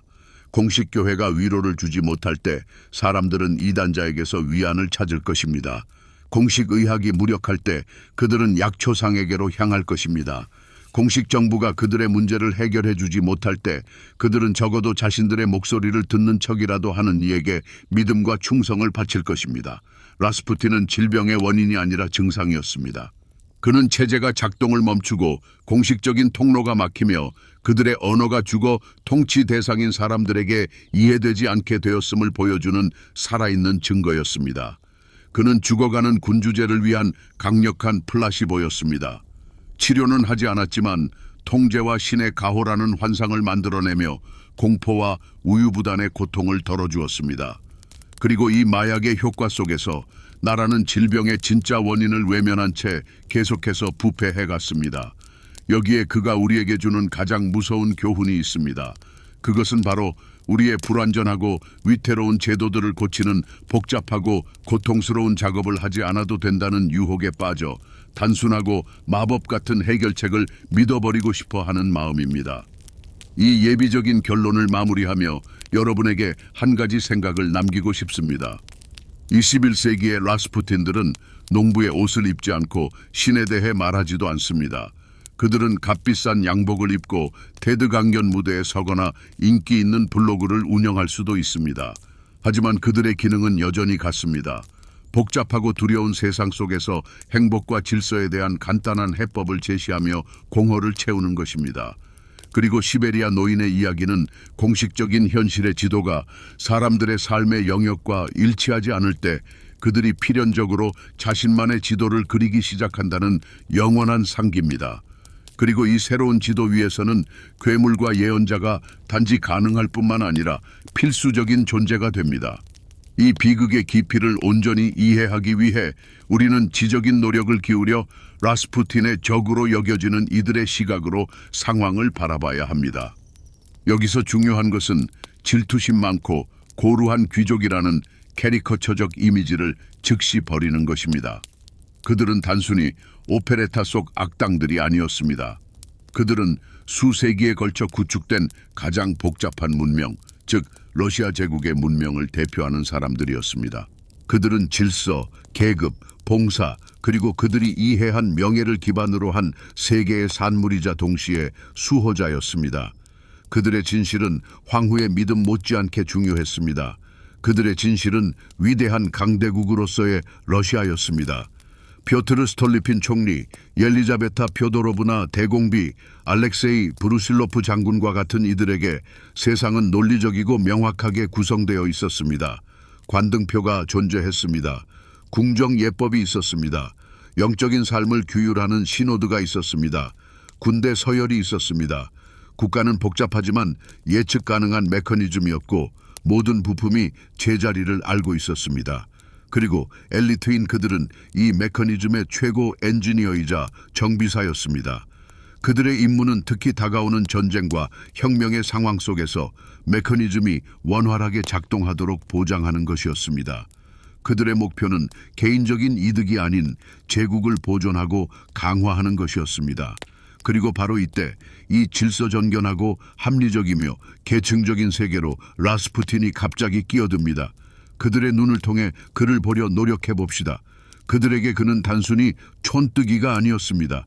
그는 절대적이고 상상조차 할 수 없는 이변이었습니다. 시스템 오류였습니다. 그는 원시적이고 비합리적인 혼돈의 화신으로 통치의 심장부이자 성스러운 곳에 침범해 들어온 존재였습니다. 그는 그들이 알던 어떤 법칙에도 복종하지 않았습니다. 신의 법에도 인간의 법에도 말입니다. 그는 예절을 무시했고 황제와 황후를 아빠, 엄마라고 불렀으며 더러운 장화를 신고 궁전에 나타나기도 했습니다. 그는 기존의 어떤 범주에도 들어맞지 않았습니다. 그는 성직자도 관리도 궁정인도 아니었습니다. 그는 그저 아무것도 아닌 존재였습니다. 그런데 바로 이 아무것도 아닌 존재가 갑자기 그들 모두보다 강한 힘을 발휘했습니다. 문화적 충격은 엄청났습니다. 거대한 기업의 이사회가 갑자기 회사 창립자의 영혼이 밤마다 자신과 대화한다고 주장하는 청소부의 결정에 따라 움직인다고 상상해 보십시오. 엘리트에게 라스푸틴은 단순히 정치적인 문제가 아니었습니다. 그는 미학적인 모욕이자 그들 세계 전체, 그들의 교육, 그들의 지성, 권위의 위험에 대한 그들의 모든 생각에 대한 뺨 때리기였습니다. 그의 거친 말씨, 그의 모호한 예언, 레스토랑에서의 그의 추문적인 행동, 이 모든 것은 그들에게 단순한 개인적 결점이 아니라 권력의 정점을 강타한 끔찍한 질병의 징후였습니다. 그들은 자신들이 보호해야 할 군주제의 신성한 이미지가 눈앞에서 난장판이 되고 저속한 농담으로 변하는 것을 보았습니다. 그리고 여기서 우리는 그들의 예측 가능성이라는 비극에 다다릅니다. 왜 그들, 그렇게 강력하고 똑똑하며 영향력 있는 사람들이 그와 오랫동안 아무것도 할 수 없었을까요? 바로 그들의 강점, 즉 질서, 법, 계층에 대한 믿음이 그들의 가장 큰 약점이 되었기 때문입니다. 그들은 시스템적인 방법으로 혼돈과 싸우려 했습니다. 그들은 시노드의 공식 조사를 시작했습니다.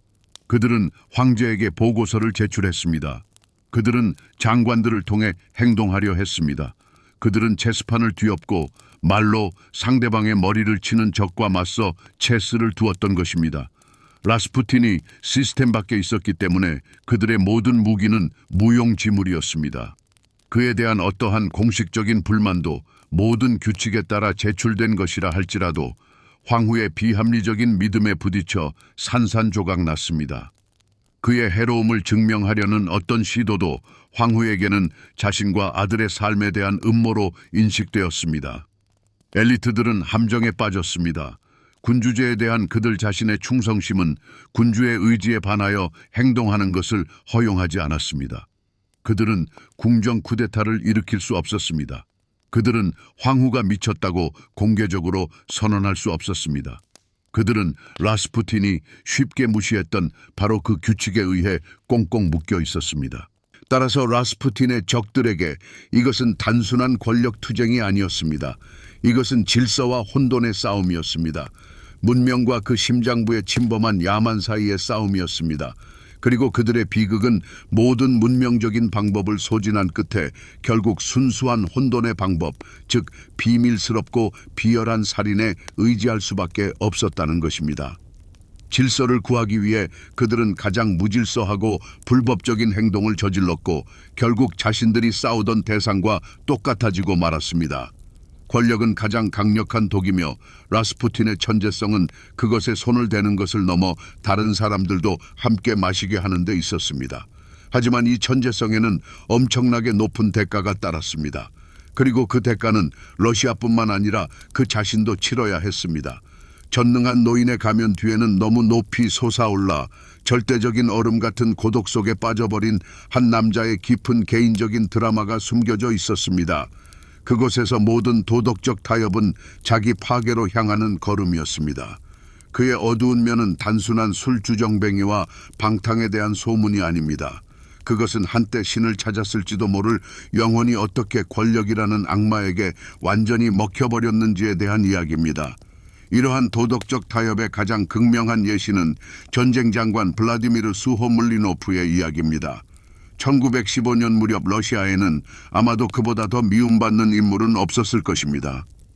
군대의 재앙적인 전쟁 준비 부족, 총 한 자루당 탄약 3발밖에 없어 최전선에서 독일군의 공격을 막아내야 했던 끔찍한 포탄 부족의 원인으로 그가 지목되었습니다.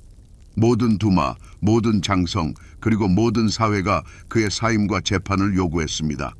이것은 군주제의 적과 동맹이 한마음 한뜻이었던 드문 경우였습니다. 그리고 그것은 국가를 위해 논리적이고 올바른 일이었습니다. 그러나 수호물리노프의 아내는 라스푸틴의 가장 충성스럽고 영향력 있는 추종자 중 한 명이었습니다. 그리고 그 노인은 선택의 기로에 섰습니다. 한쪽 저울에는 군대의 안녕, 수십만 병사의 생명, 그리고 어쩌면 전쟁의 결과가 놓여 있었습니다. 다른 한쪽에는 자신의 사람에 대한 충성, 군부에서 자신의 접근과 영향력을 보장해주는 핵심 인물의 유지였습니다. 그리고 라스푸틴은 자신의 선택을 했습니다. 그는 자신의 모든 권위를 수호물리노프를 옹호하는 데 쏟아부었습니다. 황후와의 대화에서 그는 그를 적들에게 음해당한 정직한 사람이라고 불렀고 장관의 사임은 황권에 대한 음모라고 그녀를 설득했습니다. 그는 러시아를 선택하지 않았습니다. 그는 자신의 개인적인 영향력 네트워크를 선택했습니다. 이 행동은 더 이상 치유나 영적인 탐색이 아니었습니다. 그것은 인간의 생명이 걸린 냉소적인 정치 게임이었습니다. 성스러운 노인은 엄청난 무능을 감싸주었고 그 대가는 갈리치아 전장의 피로 측정되었습니다. 이러한 선택들과 그와 유사한 것들은 그 자신을 변화시키지 않을 수 없었습니다. 한때 진리를 찾아 시베리아 길을 맨발로 걸었던 그 그리고리는 죽었습니다. 그 자리에는 다른 사람이 나타났습니다. 자신의 무오류성과 선택받음에 대한 믿음을 갖기 시작한 사람이었습니다. 끊임없는 숭배, 아첨, 제국에서 가장 강력한 사람들의 운명을 좌우하는 권력의 느낌, 이 모든 것이 그를 근본까지 타락시켰습니다. 그가 짊어진 책임의 무게는 인간적인 것이 아니었습니다. 그는 여왕의 유일한 조언자이자 최종 결정자였습니다. 이 역할은 신적인 지혜를 요구했지만 그는 단지 인간일 뿐이었습니다. 그리고 이 긴장감이 그를 무너뜨렸습니다. 그는 완전한 고독 속에서 정점에 올랐습니다. 그에게는 친구가 없었습니다. 단지 청탁자와 추종자들 뿐이었습니다. 그에게는 조언자가 없었습니다. 그 자신이 최고 조언자였습니다. 이러한 고립은 그를 교활한 조작자에서 편집증적인 실용주의자로 변화시켰습니다. 그는 어디에서나 음모와 책략을 보았고 유일한 방어책은 모든 요직에 자신만의 사람들을 앉히는 것이었습니다. 심지어 어리석고 무능한 사람들이라도 말입니다. 그의 유명한 방탕함, 술주정, 낭요는 단순히 문란함의 표현이 아니었습니다. 그것은 심리적인 붕괴, 감당할 수 없는 권력과 고독의 부담에서 벗어나고 자신을 내부에서 태워버리는 엄청난 긴장감을 표출하려는 시도였습니다. 한때 이상주의자였다면 그는 완전히 자신만의 작은 세계의 폭군으로 변모했습니다. 그는 성공이라는 재단에 한때 자신과 가까웠던 이들까지도 주저없이 희생시켰습니다. 가장 대표적인 사례는 수도사 일리오도르의 이야기입니다. 초기에는 그들이 거의 형제나 다름없었고 관료적인 교회에 맞서 민중 신앙을 위해 함께 싸우는 동지였습니다. 열정적이고 카리스마 넘치는 설교자였던 일리오도르는 라스푸틴에게 상류 사회로 가는 길을 열어준 이들 중 한 명이었습니다. 하지만 일리오도르는 너무 야심만만했고 너무 통제불능이었습니다. 그는 스스로 영적인 지도자가 되고 싶었습니다. 그리고 라스푸틴이 자신을 제치고 자신이 노리던 황실의 자리를 차지하는 것을 보자 그는 라스푸틴의 가장 맹렬한 적이 되었습니다. 라스푸틴은 경쟁자를 용납하지 않았습니다. 어제까지만 해도 동맹이었던 그는 일리도르를 제거하기 위해 황실에 대한 자신의 모든 영향력을 동원했습니다. 그는 일리도르를 음모가이자 미치광이 그리고 군주제의 적이라고 고발했습니다. 그 결과 신호드는 궁정의 압력에 굴복하여 일리도르의 성직자 자격을 박탈하고 수도원 감옥으로 유배 보냈습니다. 자신을 정상으로 이끈 옛 동지는 무자비하게 짓밟혀 역사 속에서 사라졌습니다. 이 사건은 라스푸틴이 어떤 존재로 변모했는지를 가장 잘 보여줍니다. 유일무이하고 대체 불가능한 존재로 남기 위해 그는 적이든 친구든 가리지 않고 집어삼킬 준비가 되어 있었습니다. 그의 천재성이 치른 대가는 완전한 인간성 상실이었습니다. 그가 홀로 서 있었던 왕좌 주변은 모든 것이 타버린 황량한 사막과 같았습니다. 전능했지만 고독했고 결국 파멸을 맞이할 운명이었던 것입니다. 라스푸틴이 페테르부르크 귀족 사회에 발을 들여놓은 것은 단순한 만남이 아니었습니다. 그것은 서로 다른 상반된 두 문명, 즉 두 개의 거대한 지각판이 충돌하는 순간이었습니다. 한편에는 반짝이는 마룻바닥, 유창한 프랑스어, 엄격한 예법과 질서 숭배가 지배하는 차갑고 이성적인 유럽식 페테르부르크가 있었습니다. 다른 한편에는 흙과 땀과 유향 냄새가 뒤섞이고 마법과 저주, 성자와 예언자를 맹목적으로 믿던 고대적이고 이교적이며 신비로운 러시아의 살아있는 조각, 즉 라스푸틴 자신이 존재했습니다. 그리고 이 충돌의 진원지는 고로호바야 거리에 위치한 그의 아파트였습니다. 그곳은 단순한 거주 공간이 아니었습니다. 그곳은 두 세계가 조화롭게 융합하는 대신 잔혹하고 화해할 수 없는 갈등 속으로 휘말려 들어가는 일종의 이상구역이자 차원문이었습니다. 무엇보다 이 갈등은 종교적인 차원에서 격렬하게 전개되었습니다. 제국의 국교인 정교회는 잘 정비된 제도이자 관료주의적 기계의 일부였습니다. 성직자들은 공무원이었고 기도는 규정, 신앙은 의례에 불과했습니다. 그러나 라스푸틴은 완전히 다른 종류의 신앙, 즉 야성적이고 황홀하며 지극히 개인적인 신앙을 들고 나타났습니다. 그는 신에게 자비를 구걸하지 않았고 그저 신과 대화했습니다. 그는 교회법을 따르지 않았고 오히려 즉흥적으로 자신만의 방식을 만들어냈습니다. 궁정 성직자들에게 그는 위험한 이단자이자 거의 이단 집단에 가까운 인물이었고 수세기 동안 이어져 온 근간을 뒤흔드는 존재였습니다. 반면 라스푸틴에게 그들은 신에 대한 살아있는 감각을 잃어버린 차가운 책만 읽는 바리새인이었습니다. 이 갈등은 해결될 수 없었습니다.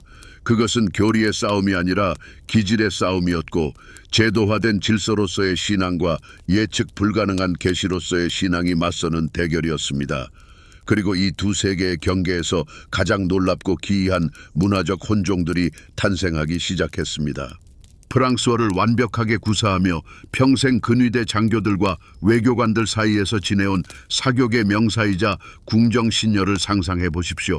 그런데 라스푸틴과의 몇 차례 대화 후 그녀는 신성한 사랑을 이야기하고 예언적 황홀경에 빠지며 헛된 세속을 경멸하고 시베리아 농민의 말에서 원초적인 진실을 찾기 시작합니다. 이것은 진정한 영적 돌연변이었습니다. 비단과 진주를 걸친 이 귀족 여성들은 라스푸틴의 농민적인 소박함과 신비주의를 흉내내려고 했지만 마치 이국적이고 생명력 없는 혼종처럼 보였습니다. 그들은 이 문화적 단층선의 가장 극명한 결과물이었습니다. 자신의 문명을 잃었지만 타인의 문명에는 진정으로 동화되지 못한 사람들이었던 것입니다. 또 다른 혼종은 바로 정치 생활 자체였습니다.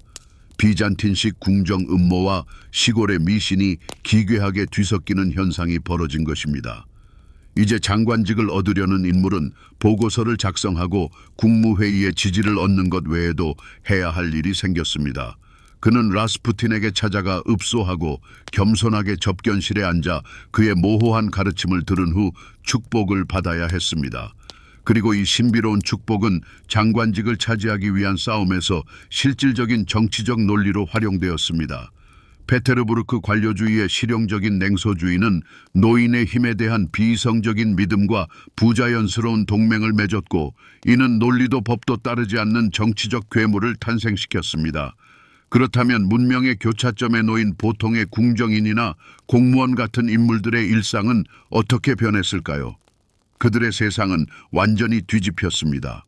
경력, 연공서열, 전문성을 기반으로 한 오래된 습관들은 더 이상 작동하지 않았습니다.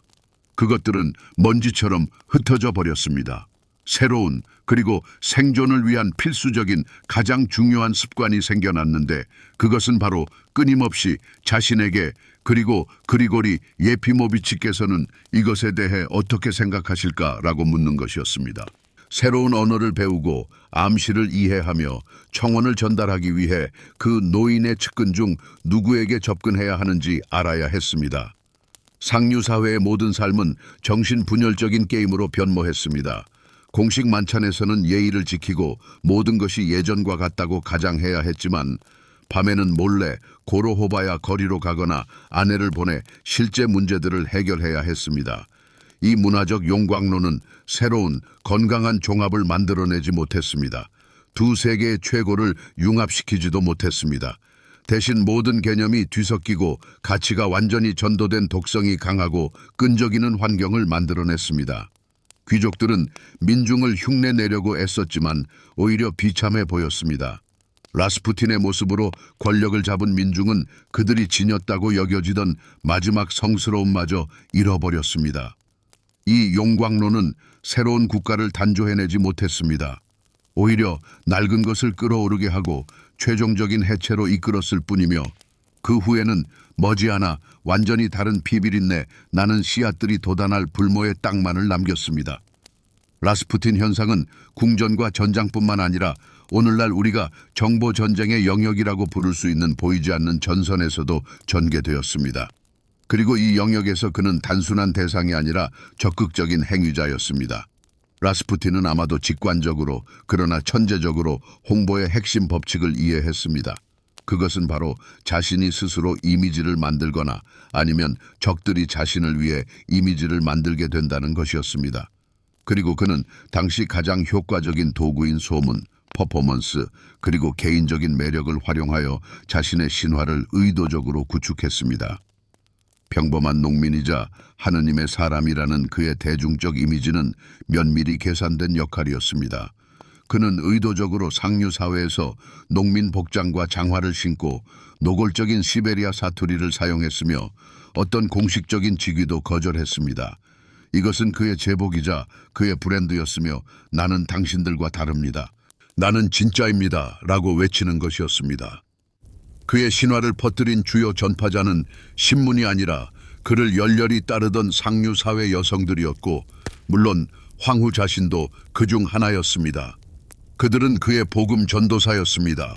라스푸틴의 모든 성공적인 예언과 모든 치유 사례는 즉시 사격의 살롱에 퍼져나가며 믿기 어려운 상세한 이야기들로 부풀려졌습니다. 사람들은 그가 기도의 힘으로 도난당한 목걸이를 찾아냈고 가뭄을 예언했으며 단 한 번의 시선으로 미친 개를 진정시켰다고 이야기했습니다. 라스푸틴 자신도 모호하고 의미심장한 예언들을 쏟아내며 이러한 소문들을 교묘하게 부추겼고 이는 무엇이든 해석될 수 있었습니다. 그는 자신을 둘러싼 초자연적인 아우라를 만들며 자신의 삶을 실시간으로 쓰여지는 성인의 전기처럼 만들었습니다. 그의 신격화는 단순한 아부가 아니었습니다. 그것은 그의 존재를 누구도 건드릴 수 없는 것으로 만드는 정치적 도구였습니다. 물론 그의 지지자들의 모든 주장에 대해 적들은 압도적인 반박으로 대응했습니다. 라스푸틴에 대한 역선전은 그 못지않게 강력하고 교묘했습니다. 그가 성인의 이미지를 만들었다면 그의 반대자들은 그를 적그리스도의 모습으로 비전했습니다. 이를 위해 모든 흑색 선전의 무기가 동원되었습니다. 그가 클리스티라는 이단 종패에 속해 있으며 기도회라는 명목으로 끔찍한 낭요를 벌였다는 소문이 퍼졌습니다. 그를 러시아를 거미줄로 칭칭 감은 거대한 거미로 묘사하는 풍자 만화들이 인쇄되었습니다. 가장 강력한 타격은 그가 독일 정보기관을 위해 일했다는 신화였습니다. 의회와 언론에서 적극적으로 퍼진 이 소문은 천재적인 한 수였습니다. 이는 라스푸틴을 궁정에 총애받는 인물에서 국가의 적으로 전쟁 중에 황제를 위해 일하는 배신자로 탈바꿈시켰습니다. 바로 그의 적들이 만들어낸 이러한 신화들이 가장 강력한 생명력을 가졌습니다. 왜일까요? 그것들은 더 단순하고 더 생생했으며 누가 잘못했는가라는 핵심 질문에 완벽한 답을 주었기 때문입니다. 방탕하고 술주정뱅이며 부패한 스파이가 히스테리컬한 독일인 황후를 통해 의지박약한 황제를 조종한다는 이미지는 엄청난 호응을 얻었습니다. 이 이미지는 할리우드 영화부터 보니엠의 노래에 이르기까지 대중문화에 확고하게 자리 잡았고 오늘날까지 이어지고 있습니다. 라스푸틴의 악마적인 이미지는 정보전쟁에서 승리했습니다. 그 이미지가 그의 살인을 정당화하려던 군주주의자들, 전제정치를 불신하게 만든 자유주의자들, 그리고 낡은 체제의 부패를 증명하려던 볼셰비키들까지 그 누구에게나 편리했기 때문입니다. 그리고 여기서 우리는 역사는 승자가 쓴다는 주요 원칙에 도달합니다. 하나의 사건을 통해 이것이 어떻게 작동하는지 살펴봅시다. 라스푸틴의 암살 사건을 예로 들어봅시다. 승자인 펠릭스 유수포프 공작이 자신의 회고록에서 세상에 제시한 공식 버전은 진정한 신비 스릴러와 같습니다. 이 버전에서 라스푸틴은 거의 불멸의 악마로 묘사됩니다. 그는 치명적인 시아노칼륨이 든 케이크를 먹고 와인을 마셔도 아무렇지 않습니다. 그는 심장에 총을 맞아도 살아남아 되살아나 살인자를 목졸라 죽이려 하고 도망치려고 합니다. 그를 막기 위해 몇 발의 총이 더 필요했습니다. 이 버전은 평범한 살인을 선과 악의 장대한 전투로 그리고 암살자들을 영웅적인 용사들로 변모시켰습니다. 이제 고고학적 데이터, 즉 코소로토프 교수가 작성한 부검 보고서를 살펴봅시다. 라스푸틴의 위에서는 어떤 독극물 흔적도 발견되지 않았습니다. 사망 원인은 총상이었으며 마지막 총알은 이마에 거의 근접 사격으로 발사되었습니다. 어떤 죽은 자의 부활도 없었습니다. 그렇다면 무슨 일이 있었던 걸까요? 아마도 유수포프와 그의 공범자들은 당황하여 희생자를 제대로 독살하지 못했거나 더 가능성 높게는 독극물에 관한 모든 이야기가 처음부터 끝까지 지어낸 거짓말이었을 것입니다. 왜 그랬을까요? 신화를 만들기 위해서였습니다. 비무장한 사람에 대한 잔인하고 사실상 비겁한 처분을 정당화하기 위해서였습니다. 유스포프의 버전은 역사적 증언이 아니라 교묘하게 진행된 홍보 활동이자 정보 작전이었고 이를 통해 그와 그의 공범자들은 비열한 살인자가 아닌 더러운 힘으로부터 조국을 구한 구원자로 역사에 기록될 수 있었습니다. 그리고 승재에 의해 만들어진 이 버전은 지루하고 보기 흉한 진실을 오랫동안 가렸습니다. 첫 번째 전환점이 스팔라의 기적이었다면 두 번째이자 최종적인 되돌릴 수 없는 지점은 1915년 8월에 지나왔습니다. 이것은 순간적인 결정이라기보다는 일련의 사건들이었지만 니콜라이 2세가 사령부로 떠난 것이 결정적인 방아쇠가 되었습니다. 바로 이 순간 아무리 의심스러웠더라도 원래의 의도는 돌이킬 수 없을 정도로 왜곡되었습니다. 처음에는 라스푸틴이 비록 통치하는 가족일지라도 한 가족을 위한 약이었습니다. 그의 기능은 진정시키고 치유하며 영적인 지지대가 되는 치료적인 것이었습니다. 그러나 황제가 최고 권력의 공백을 남기고 떠나자 황후를 통해 라스푸틴은 약에서 정치적 도구로 변했습니다. 목적이 수단을 정당화하지 못하게 된 것입니다. 수단, 즉 황후에 대한 그의 무한한 영향력 자체가 자기 목적이 되었습니다. 이제는 더 이상 후계자를 구하는 문제가 아니라 제국을 다스리는 문제가 된 것입니다. 그리고 이 새로운 역할에서 그는 치명적으로 파괴적인 존재임이 드러났습니다. 이 치명적인 결정은 단순히 엘리트 계층을 넘어 황실 자체의 깊은 내부 분열을 초래했습니다. 그리고 이 분열은 두 자매, 한때 뜻을 같이 했던 두 사람, 즉 알렉산드라 표도로브나 황후와 옐리자베타 표도로브나 대공비의 비극적인 갈등에서 가장 극명하게 드러났습니다. 황후의 친언니인 옐리자베타는 라스푸틴과는 완전히 반대되는 인물이었습니다. 남편이 살해당한 후 그녀는 세상을 등지고 마르포 마린스키 수녀원을 설립하여 가난한 사람들을 돕는 데 헌신했습니다. 그녀는 귀족적이고 금욕적이며 활동적인 신앙의 화신이었습니다. 그리고 그녀는 그 누구보다도 자신의 여동생과 러시아 전체가 어떤 시면으로 추락하고 있는지를 명확히 보고 있었습니다. 1916년 가을 살해당하기 얼마 전 옐리자베타 표도로브나는 여동생에게 마지막으로 필사적인 시도를 했습니다. 그녀는 찰스코의 셀로를 방문했습니다. 이것은 단순한 가족 방문이 아니었습니다. 그것은 두 세계관, 두 진실의 격돌이었습니다. 한편에는 의무, 명예, 조국에 대한 봉사라는 이상에 충실했던 옐리자베타가 있었습니다. 그녀는 여동생에게 백성들의 불평, 귀족들의 증오, 군대의 붕괴, 그리고 라스푸틴의 존재가 왕좌를 불신하게 만들고 왕조를 파멸로 이끌고 있다고 이야기했습니다. 그녀는 너무 늦기 전에 정신을 차리고 그 노인을 멀리해달라고 간청했습니다. 다른 한편에는 새로운 실용적인 현실을 받아들인 알렉산드라 황후가 있었습니다. 그녀에게 라스푸틴을 보호하는 것은 아들의 생명을, 나아가 군주제의 미래를 지키는 것과 같았습니다. 그에 대한 어떠한 비판도 그녀에게는 이성적인 논변이 아니라 신성 모독이자 성스러운 것에 대한 공격이었습니다. 그녀는 차갑고 낯선 눈으로 언니를 바라보며 사랑하는 친척이 아니라 자신의 위대한 사명과 고통을 전혀 이해하지 못하는 또 다른 적, 또 다른 음모가로 보았습니다. 대화는 결국 완전한 단절로 끝났습니다.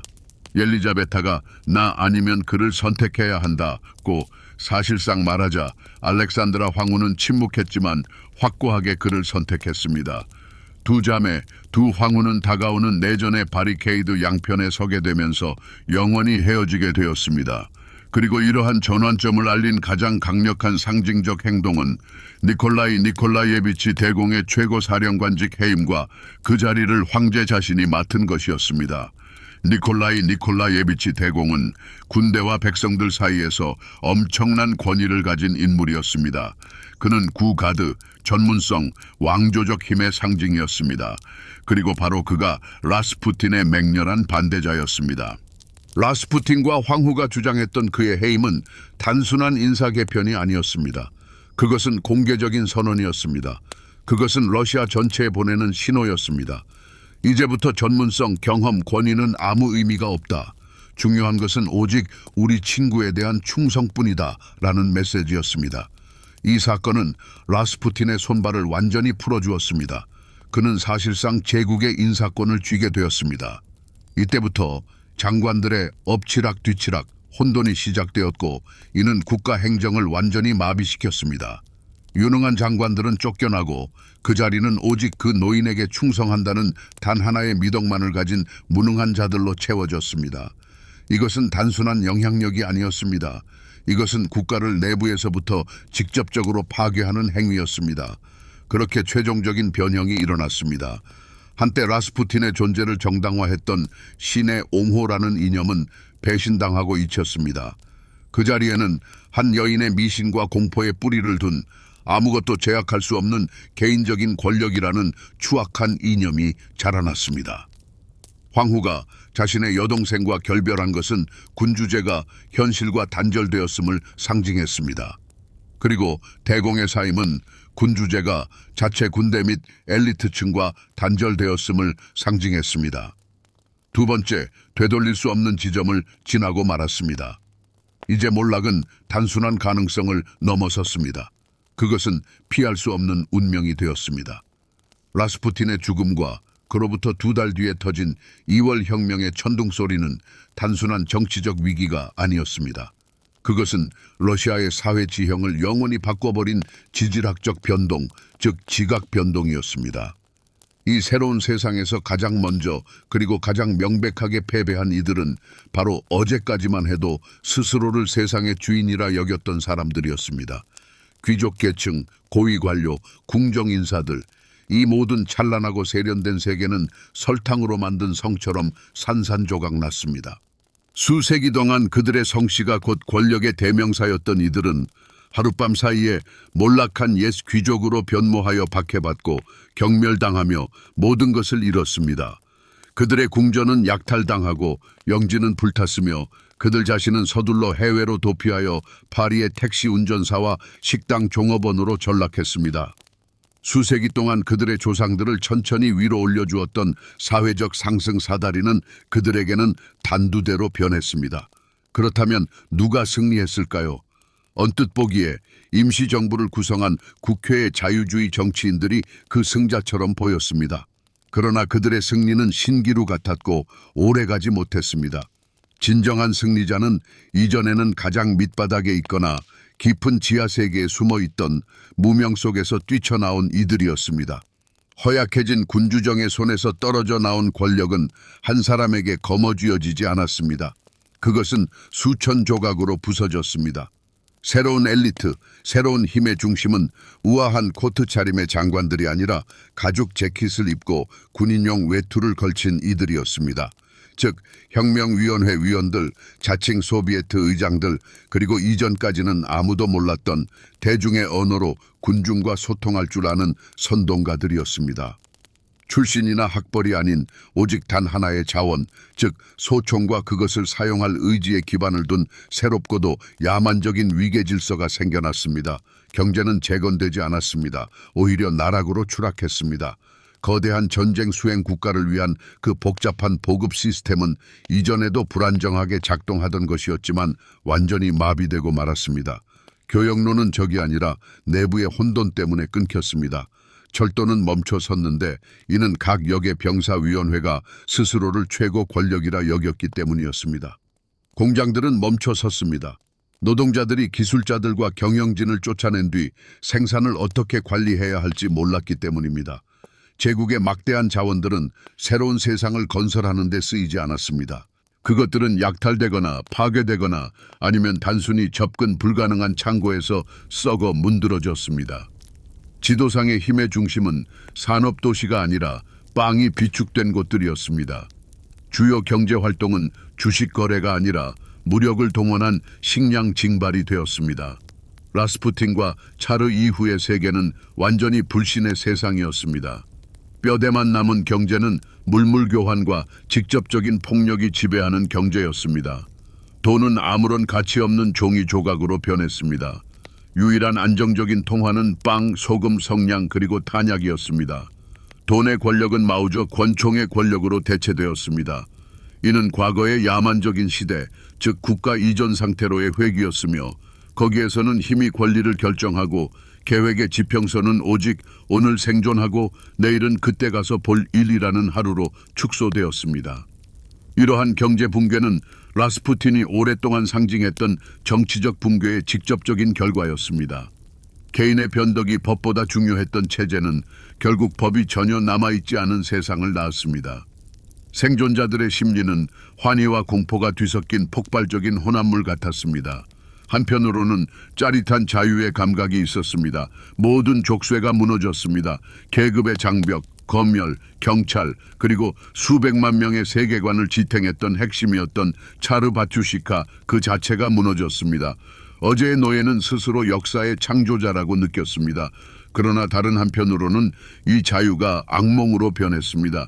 익숙했던 세상, 질서, 예측 가능성의 소멸은 엄청난 집단 트라우마, 상실감과 고아와 같은 느낌을 낳았습니다. 사람들은 규칙 없는 세상에 놓였고 이웃이 감자 한 자루 때문에 이웃을 죽일 수 있었으며 어제의 영웅이 오늘은 인민의 적으로 총살당할 수도 있었습니다. 이러한 충격은 사람들의 세계관을 완전히 바꾸어 놓았습니다. 수세기 동안 정교회와 전제정치가 가르쳐온 숙명론과 인내심 대신 세상은 즉시 그리고 폭력적으로 재편될 수 있고 또 그래야 한다는 믿음이 자리 잡았습니다. 인간 생명의 가치는 0으로 전락했습니다. 언어는 거칠어지고 총살하다, 제거하다, 징발하다와 같은 군사 용어로 가득 찼습니다. 낡은 신들의 몰락을 경험한 사회는 어떤 피비린내 나는 새로운 신이라도 맹목적인 믿음으로 받아들일 준비가 되어 있었습니다. 내전의 참상에 대한 심리적 토대는 완벽하게 마련되었습니다. 한 인간에 대한 비이성적인 믿음으로 오랫동안 유지되어 온 세상은 그의 몰락 이후 가장 극단적이고 비인간적인 어떤 사상이라도 기꺼이 믿을 준비가 되어 있었습니다. 이 모든 스캔들과 음모, 살인의 더러운 거품 뒤에는 단순한 권력 투쟁 이상의 것이 숨어 있었습니다. 그것은 사상들의 전투였고 러시아의 운명을 결정하는 두 가지 상반된 철학적 개념의 충돌이었습니다. 그리고 이 모든 혼돈을 지배하고 라스푸틴 현상 자체를 가능하게 했던 핵심 사상은 바로 러시아의 오랜 분열, 즉 법과 진실 사이의 괴리였습니다. 법은 표트르 1세가 서양에서 들여온 차갑고 합리적이며 형식적인 질서를 의미합니다. 그것은 관료주의, 조항, 법원, 규제를 뜻합니다. 기계로서의 국가인 셈입니다. 반면 진실은 완전히 다른 어떤 것입니다. 그것은 어떤 인간적인 법률보다 위에 서는 지고의 신성한 정의입니다. 그것은 비합리적이고 평범한 민중의 마음속에 살아있으며 그 담지자는 관리가 아니라 유로딥이, 판사가 아니라 하느님의 사람일 수 있습니다. 라스푸틴 현상은 무미건조한 법에 지친 군주정이 한 인간 안에 구현된 신비로운 진실의 절박한 도박을 걸었던 이야기인 것입니다.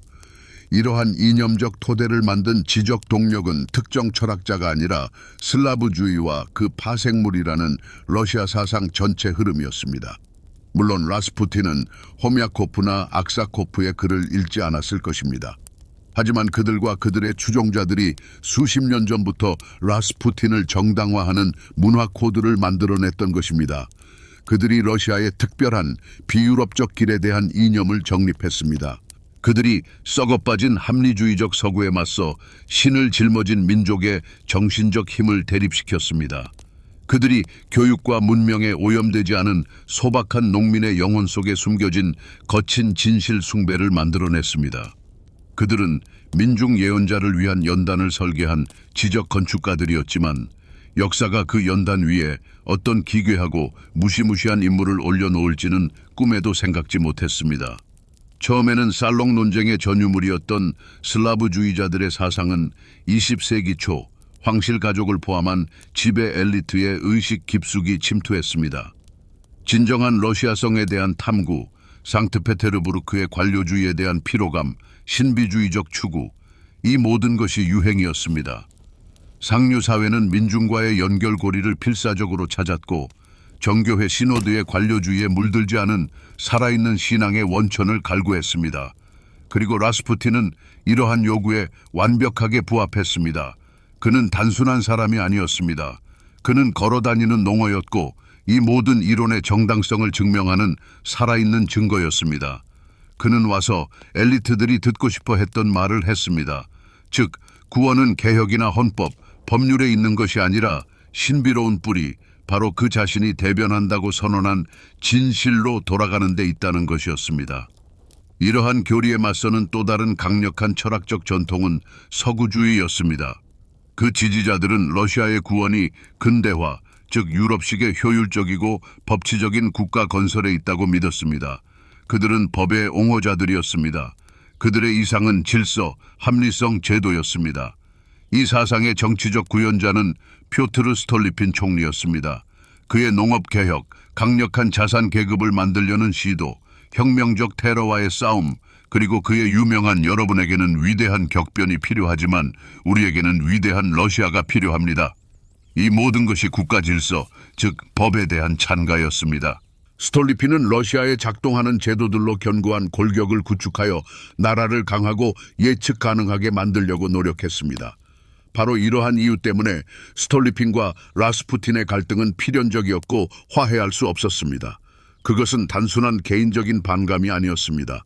그것은 두 문명 프로젝트 간의 전쟁이었습니다. 스톨리핀은 라스푸틴을 자신이 러시아 생활에서 뿌리 뽑으려 했던 아시아적이고 고대적이며 비합리적인 혼돈에 살아있는 구현체로 보았습니다. 반면 라스푸틴은 자신의 존재 자체로 최고 권력의 원천에 직접적이고 비공식적으로 접근할 수 있다면 스톨리핀의 모든 법기계가 무력하다는 것을 증명했습니다. 그가 치유한 모든 후계자, 그의 비호로 임명된 모든 장관은 법치주의 이념에 대한 일격이었습니다. 이것은 러시아의 영혼에 대한 논쟁이었습니다. 러시아가 현대적이고 합리적인 제국이 되어야 할 것인가, 아니면 법이 아닌 하느님의 사람이 인도하는 군주의 개인적인 의지로 통치되는 신비하고 가부장적인 영지로 남아있을 것인가 하는 논쟁이었습니다. 러시아의 비극은 이러한 이념적 논쟁에서 군주정이 결국 스톨리핀이 아닌 라스푸틴을 선택했다는 점입니다. 총리 암살 이후 법에 대한 진실의 최종적인 승리를 위한 길이 열렸습니다. 니콜라이 2세와 특히 알렉산드라 뾰도로브나는 치명적인 철학적 선택을 했습니다. 그들은 근대화, 개혁, 제도화의 길을 거부하고 한 성인이 제국을 구할 수 있다는 원시적인 믿음, 즉 개인적인 기적에 모든 것을 걸었습니다. 이 결정은 단순한 정치적 실수가 아니었습니다. 그것은 현대 국가라는 개념 자체에 대한 배신이었습니다. 그리고 법이 아닌 신비주의의 기반을 19세기 가장 격렬했던 전쟁 상황에서 세워진 국가는 해체될 수밖에 없었습니다. 결국 무너져 폐허만을 남겼고 그 위에 최종적으로 승리한 법은 더 이상 잉크가 아닌 피로 쓰여지게 되었습니다. 라스푸틴의 살해자들은 박수를 기대했습니다. 그들은 고름 주머니를 도려냈으니 러시아 전체가 안도의 한숨을 내쉴 것이라고 확신했습니다. 하지만 그 대신 찾아온 것은 쨍하고 울리는 죽음과 같은 침묵이었습니다. 그 노인이 구축했던 비공식 권력의 거대한 시스템은 요란한 소리를 내며 무너지지 않았습니다. 그것은 다른 방식으로 붕괴하기 시작했습니다. 즉, 겉모습은 그대로 유지하고 있지만 내부에서는 이미 피할 수 없는 부패 과정이 진행되고 있는 시체처럼 조용히 내부로부터 무너지기 시작했습니다. 창조자가 죽자마자 시스템은 스스로를 집어삼키기 시작했습니다. 외부에서 공격을 가할 적은 없었습니다. 공격은 이미 내부에서 가해졌고 이제 엔트로피 과정이 시작된 것입니다. 시스템은 중앙 처리 장치, 즉 유일한 의지의 원천을 잃자 혼미에 빠졌다가 결국 고통 속에 몸부림쳤습니다. 라스푸틴의 유산을 둘러싼 싸움은 기괴하고 비극적이었습니다. 하지만 그 유산은 돈이나 자귀가 아니었습니다. 유산은 황후의 의지에 직접적으로 접근할 수 있는 권한, 즉 권력의 정점과 연결된 붉은 전화였습니다. 그리고 이 환영과 같은 지렛대를 차지하기 위한 싸움이 즉시 시작되었습니다. 후계자 역할을 노린 첫 번째 인물은 내무부 장관 알렉산드르 프로토포포프였습니다. 그는 자신의 경력 전체를 라스푸틴에게 빚진 사람이었습니다. 후원자를 잃자 그는 모든 기반을 잃었습니다. 그는 영향력을 유지하기 위해 심령수를 주선하며 황후에게 살해된 노인의 영혼과 소통하고 그로부터 지시를 받고 있다고 확신시켰습니다. 이것은 더 이상 정치가 아니었습니다. 그것은 부조리극, 순수한 초현실주의였습니다. 신성한 인도라는 위대한 이념은 조각조각 찢겨져 살롱 마법을 통해 권력을 유지하려는 비참한 시도로 전락했습니다. 다른 후계자들, 즉 살해자들 자신도 자신들의 몫을 얻으려 했습니다. 그들은 감사하는 황제가 자신들을 가까이 하고 그들의 조언에 귀 기울이며 나라를 구하기 시작할 것이라고 예상했습니다. 그러나 그들은 심각하게 오판했습니다. 그들은 군주제 구원이라는 위대한 이념을 각자 자신에게 유리하게 해석하며 흩어버렸습니다. 유스포프는 자신을 고독한 영웅으로 보았고 프리시케비치는 새로운 애국운동의 정치적 지도자로 보았습니다. 하지만 차르와 차르에게 그들은 구원자가 아니라 모든 신성하고 인간적인 법을 어긴 비열한 살해자, 배신자였습니다. 감사 대신 그들은 실각과 유배를 당했습니다. 그들이 건강한 군주제를 계승하려던 시도는 실패했습니다. 그들은 핵심을 이해하지 못했기 때문입니다. 라스푸틴을 죽임으로써 그들은 병을 죽인 것이 아니라 그 없이는 시스템이 더 이상 존재할 수 없는 마지막 진통제를 죽인 것이었습니다. 그러나 라스푸틴의 유산을 가장 충실하게 그리고 가장 비극적으로 계승한 자는 다름 아닌 알렉산드라 뾰도로브나 황후 그 자신이었습니다. 그녀는 마지막 파편이자 진정한 이념의 마지막 수호자였습니다. 그녀의 의식 속에서 살해 사건은 그 노인을 친구에서 성스러운 순교자로 바꾸어 놓았습니다. 그녀는 두 배나 커진 광신적인 힘으로 그의 기억과 조언, 예언에 매달렸습니다. 그녀는 그의 최고 여사제가 되어 누구도 자신에게 닿으려는 시도를 모두 거부했습니다. 그녀의 여동생인 바텐베르크 공작 부인 빅토리아는 영국에서 그녀에게 절박한 편지들을 보내 이성의 목소리에 귀 기울여 사회와 타협해달라고 간청했습니다. 알렉산드라의 답변은 차갑고 단호했습니다. 그녀는 하느님의 기름 부음 받은 자를 배신하지 않을 자국민의 지혜를 믿으며 나머지 모든 것은 한 줌의 귀족들이 꾸미는 음모라고 했습니다. 그녀는 이성을 거부하는 마지막 보루였습니다. 라스푸틴이 그녀를 위해 그려준 환상적인 세상의 그림을 마지막 순간까지 굳게 믿었습니다. 거룩한 황실 가족이 존재하고 그들을 질투하는 어둠의 세력이 도사리며 소박한 백성들은 황실을 진심으로 사랑한다는 그 환상의 세계를 말입니다. 그녀는 그 맹목적인 믿음의 마지막 수호자였으며 그 믿음은 그녀의 눈을 가리고 귀를 막아버렸습니다. 궁궐 창밖에서 이미 혁명의 불길이 타오르고 있음을 보지 못했고 다가오는 군중의 웅성거림을 듣지 못했습니다. 그녀는 순교자 그리고리의 영혼이 자신을 굳건히 지켜준다는 믿음 속에서 살았습니다. 그리고 마지막 순간까지 그 허상에 충성했던 것이 결국 그녀 자신의 비극적인 운명을 결정지었습니다. 라스푸틴의 비밀스럽고 마치 도둑처럼 치러진 장례식은 한 시대의 종말을 상징하는 서글픈 장면이었습니다. 얼음 구멍에서 건져낸 그의 시신은 황후의 직접적인 지시에 따라 차르스코의 셀로 공원 한 구석에 은밀히 매장되었습니다. 장례식에는 황실 가족과 극히 소수의 최측근 인사들만이 자리를 지켰습니다. 이것은 결코 한 국가의 위대한 인물을 기리는 장례식이 아니었습니다. 오히려 제국을 이미 내부로부터 폭파시킨 위험천만한 비밀을 땅속에 감추려는 의례적인 은폐 시도에 불과했습니다. 황후는 살해된 라스푸틴의 가슴 위에 자신과 딸들 그리고 안나 비루보바가 서명한 성상을 올려두었습니다. 하지만 역사는 그 비밀이 영원히 땅속에 묻히는 것을 허락하지 않았습니다. 2월 혁명이 발발한 후 임시정부의 명령에 따라 병사들은 라스푸틴의 시신이 담긴 관을 파냈습니다.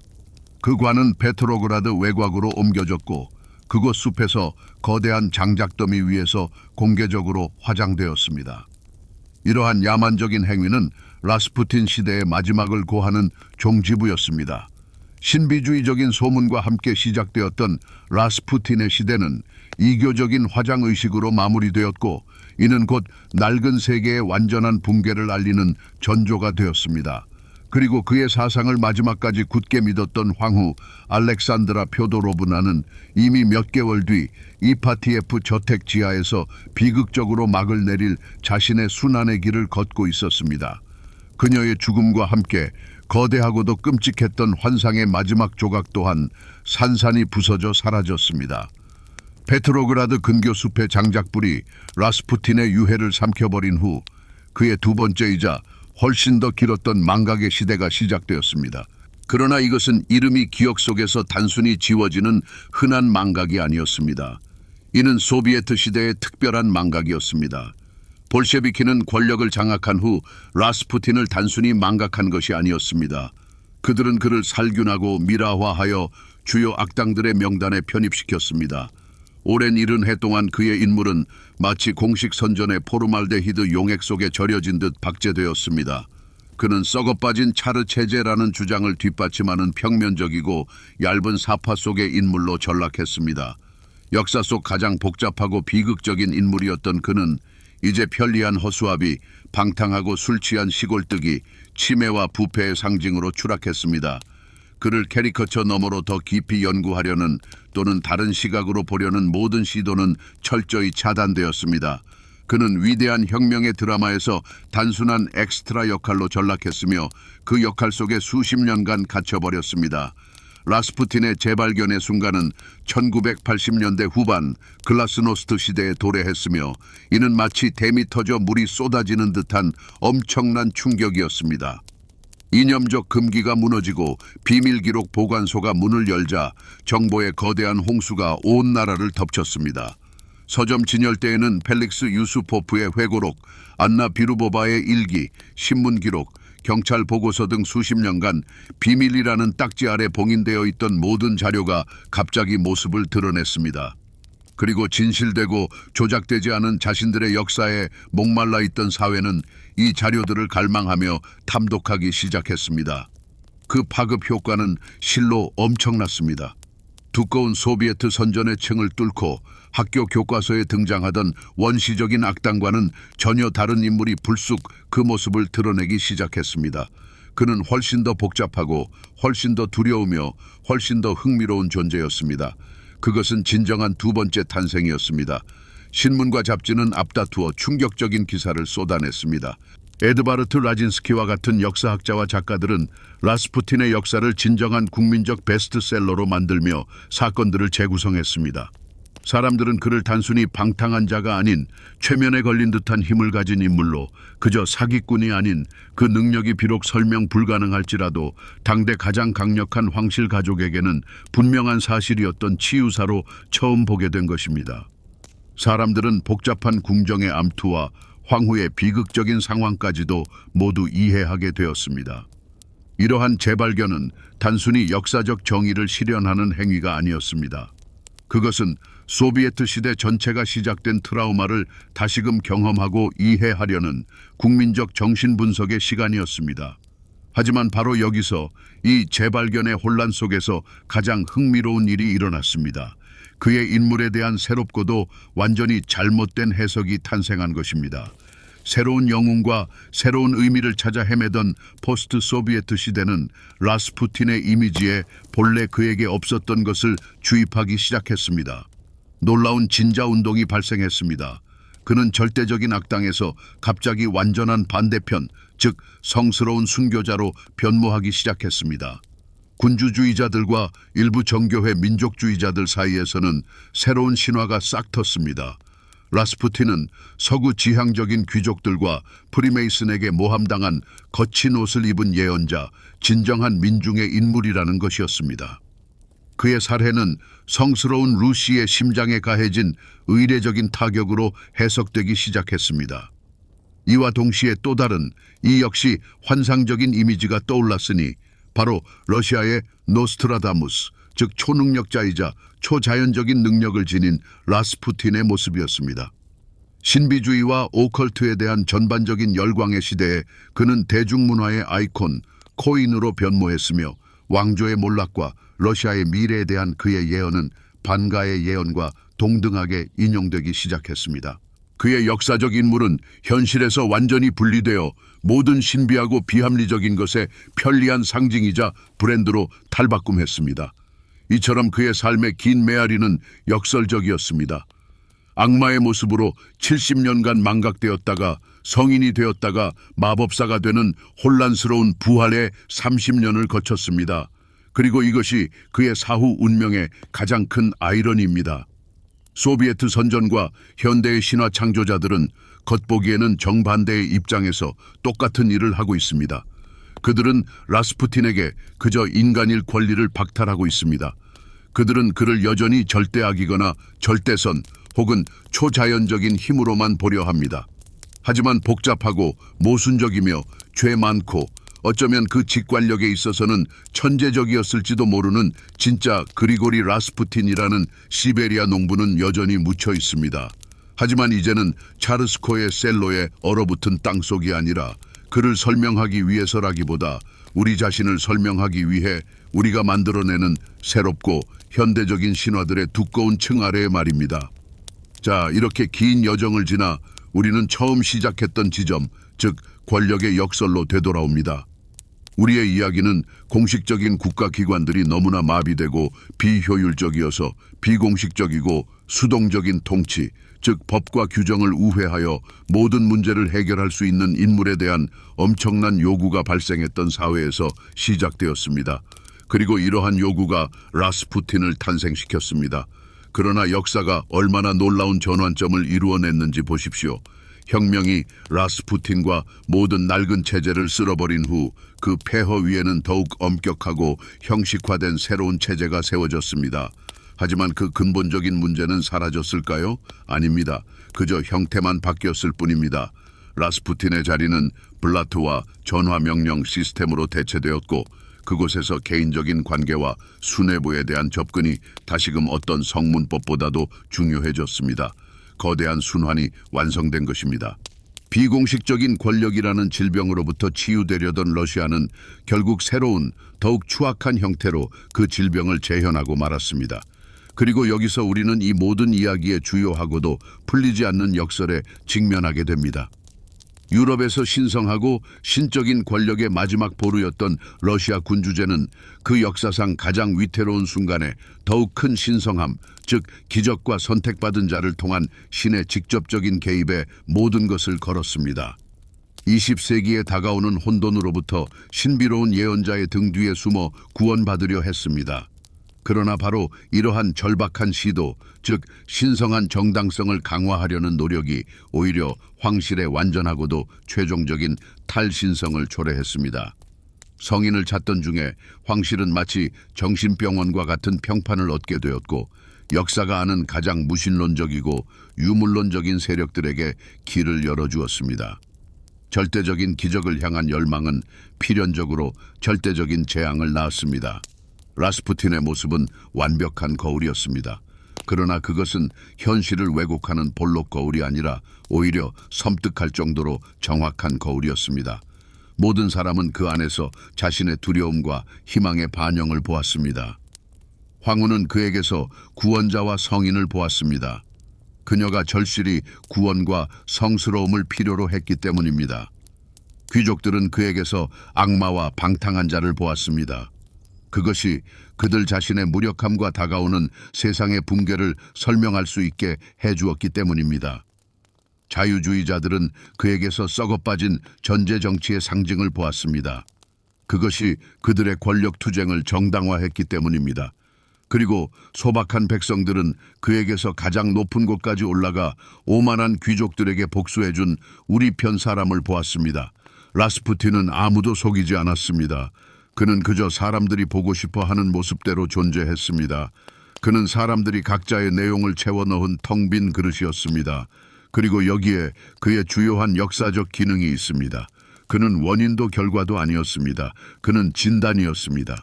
그는 러시아 제국의 몸을 덮친 모든 전이함, 즉 의지의 마비, 기관의 위축, 권력과 엘리트 사이의 단절, 엘리트와 민중 사이의 단절을 무자비한 선명함으로 보여준 어두운 X선 사진이었습니다. 그리고 이 사진을 보면 환자가 이미 불치병에 걸렸다는 것이 명확해집니다. 이 이야기는 간단한 답을 주지 않습니다. 영웅을 흑백으로 나누지도 않습니다. 이 이야기는 선한 의도가 두려움과 결합될 때 어떻게 지옥으로 가는 길을 열어주는지, 현실에서 동떨어진 믿음이 어떻게 파괴적인 힘이 되는지, 그리고 신뢰를 잃은 시스템이 어떻게 간단한 해결책을 약속하는 누구에게든 기꺼이 자신을 내던지는지를 보여줍니다. 그리고 이 교훈은 유효 기간이 없습니다. 그것은 권력의 본질 그 자체처럼 영원합니다. 이 모든 것, 즉 이 위대하면서도 섬뜩한 역사의 순환을 바라보고 있노라면 한 가지 본질적이고도 풀리지 않는 질문이 떠오릅니다. 사회의 더 큰 위협은 무엇일까요? 매끄럽게 돌아가지만 정작 인간미 없는 제도들의 차갑고 불완전한 모습일까요? 아니면 기적을 약속하면서도 결국 시면으로 이끄는 한 개인에 대한 맹목적인 열정일까요? 라스푸틴과 같은 인물이란 과연 모든 시스템적 위기에서 필연적으로 탄생하는 존재이자 지쳐버린 사회의 영원한 그림자일까요? 아니면 우리는 마법에 기대지 않고 단순한 해답을 찾아 다음 예언자의 눈빛을 탐색하지 않으면서도 복잡하게 얽힌 우리의 사회 시스템을 스스로 고쳐낼 기회가 정말로 남아있는 것일까요?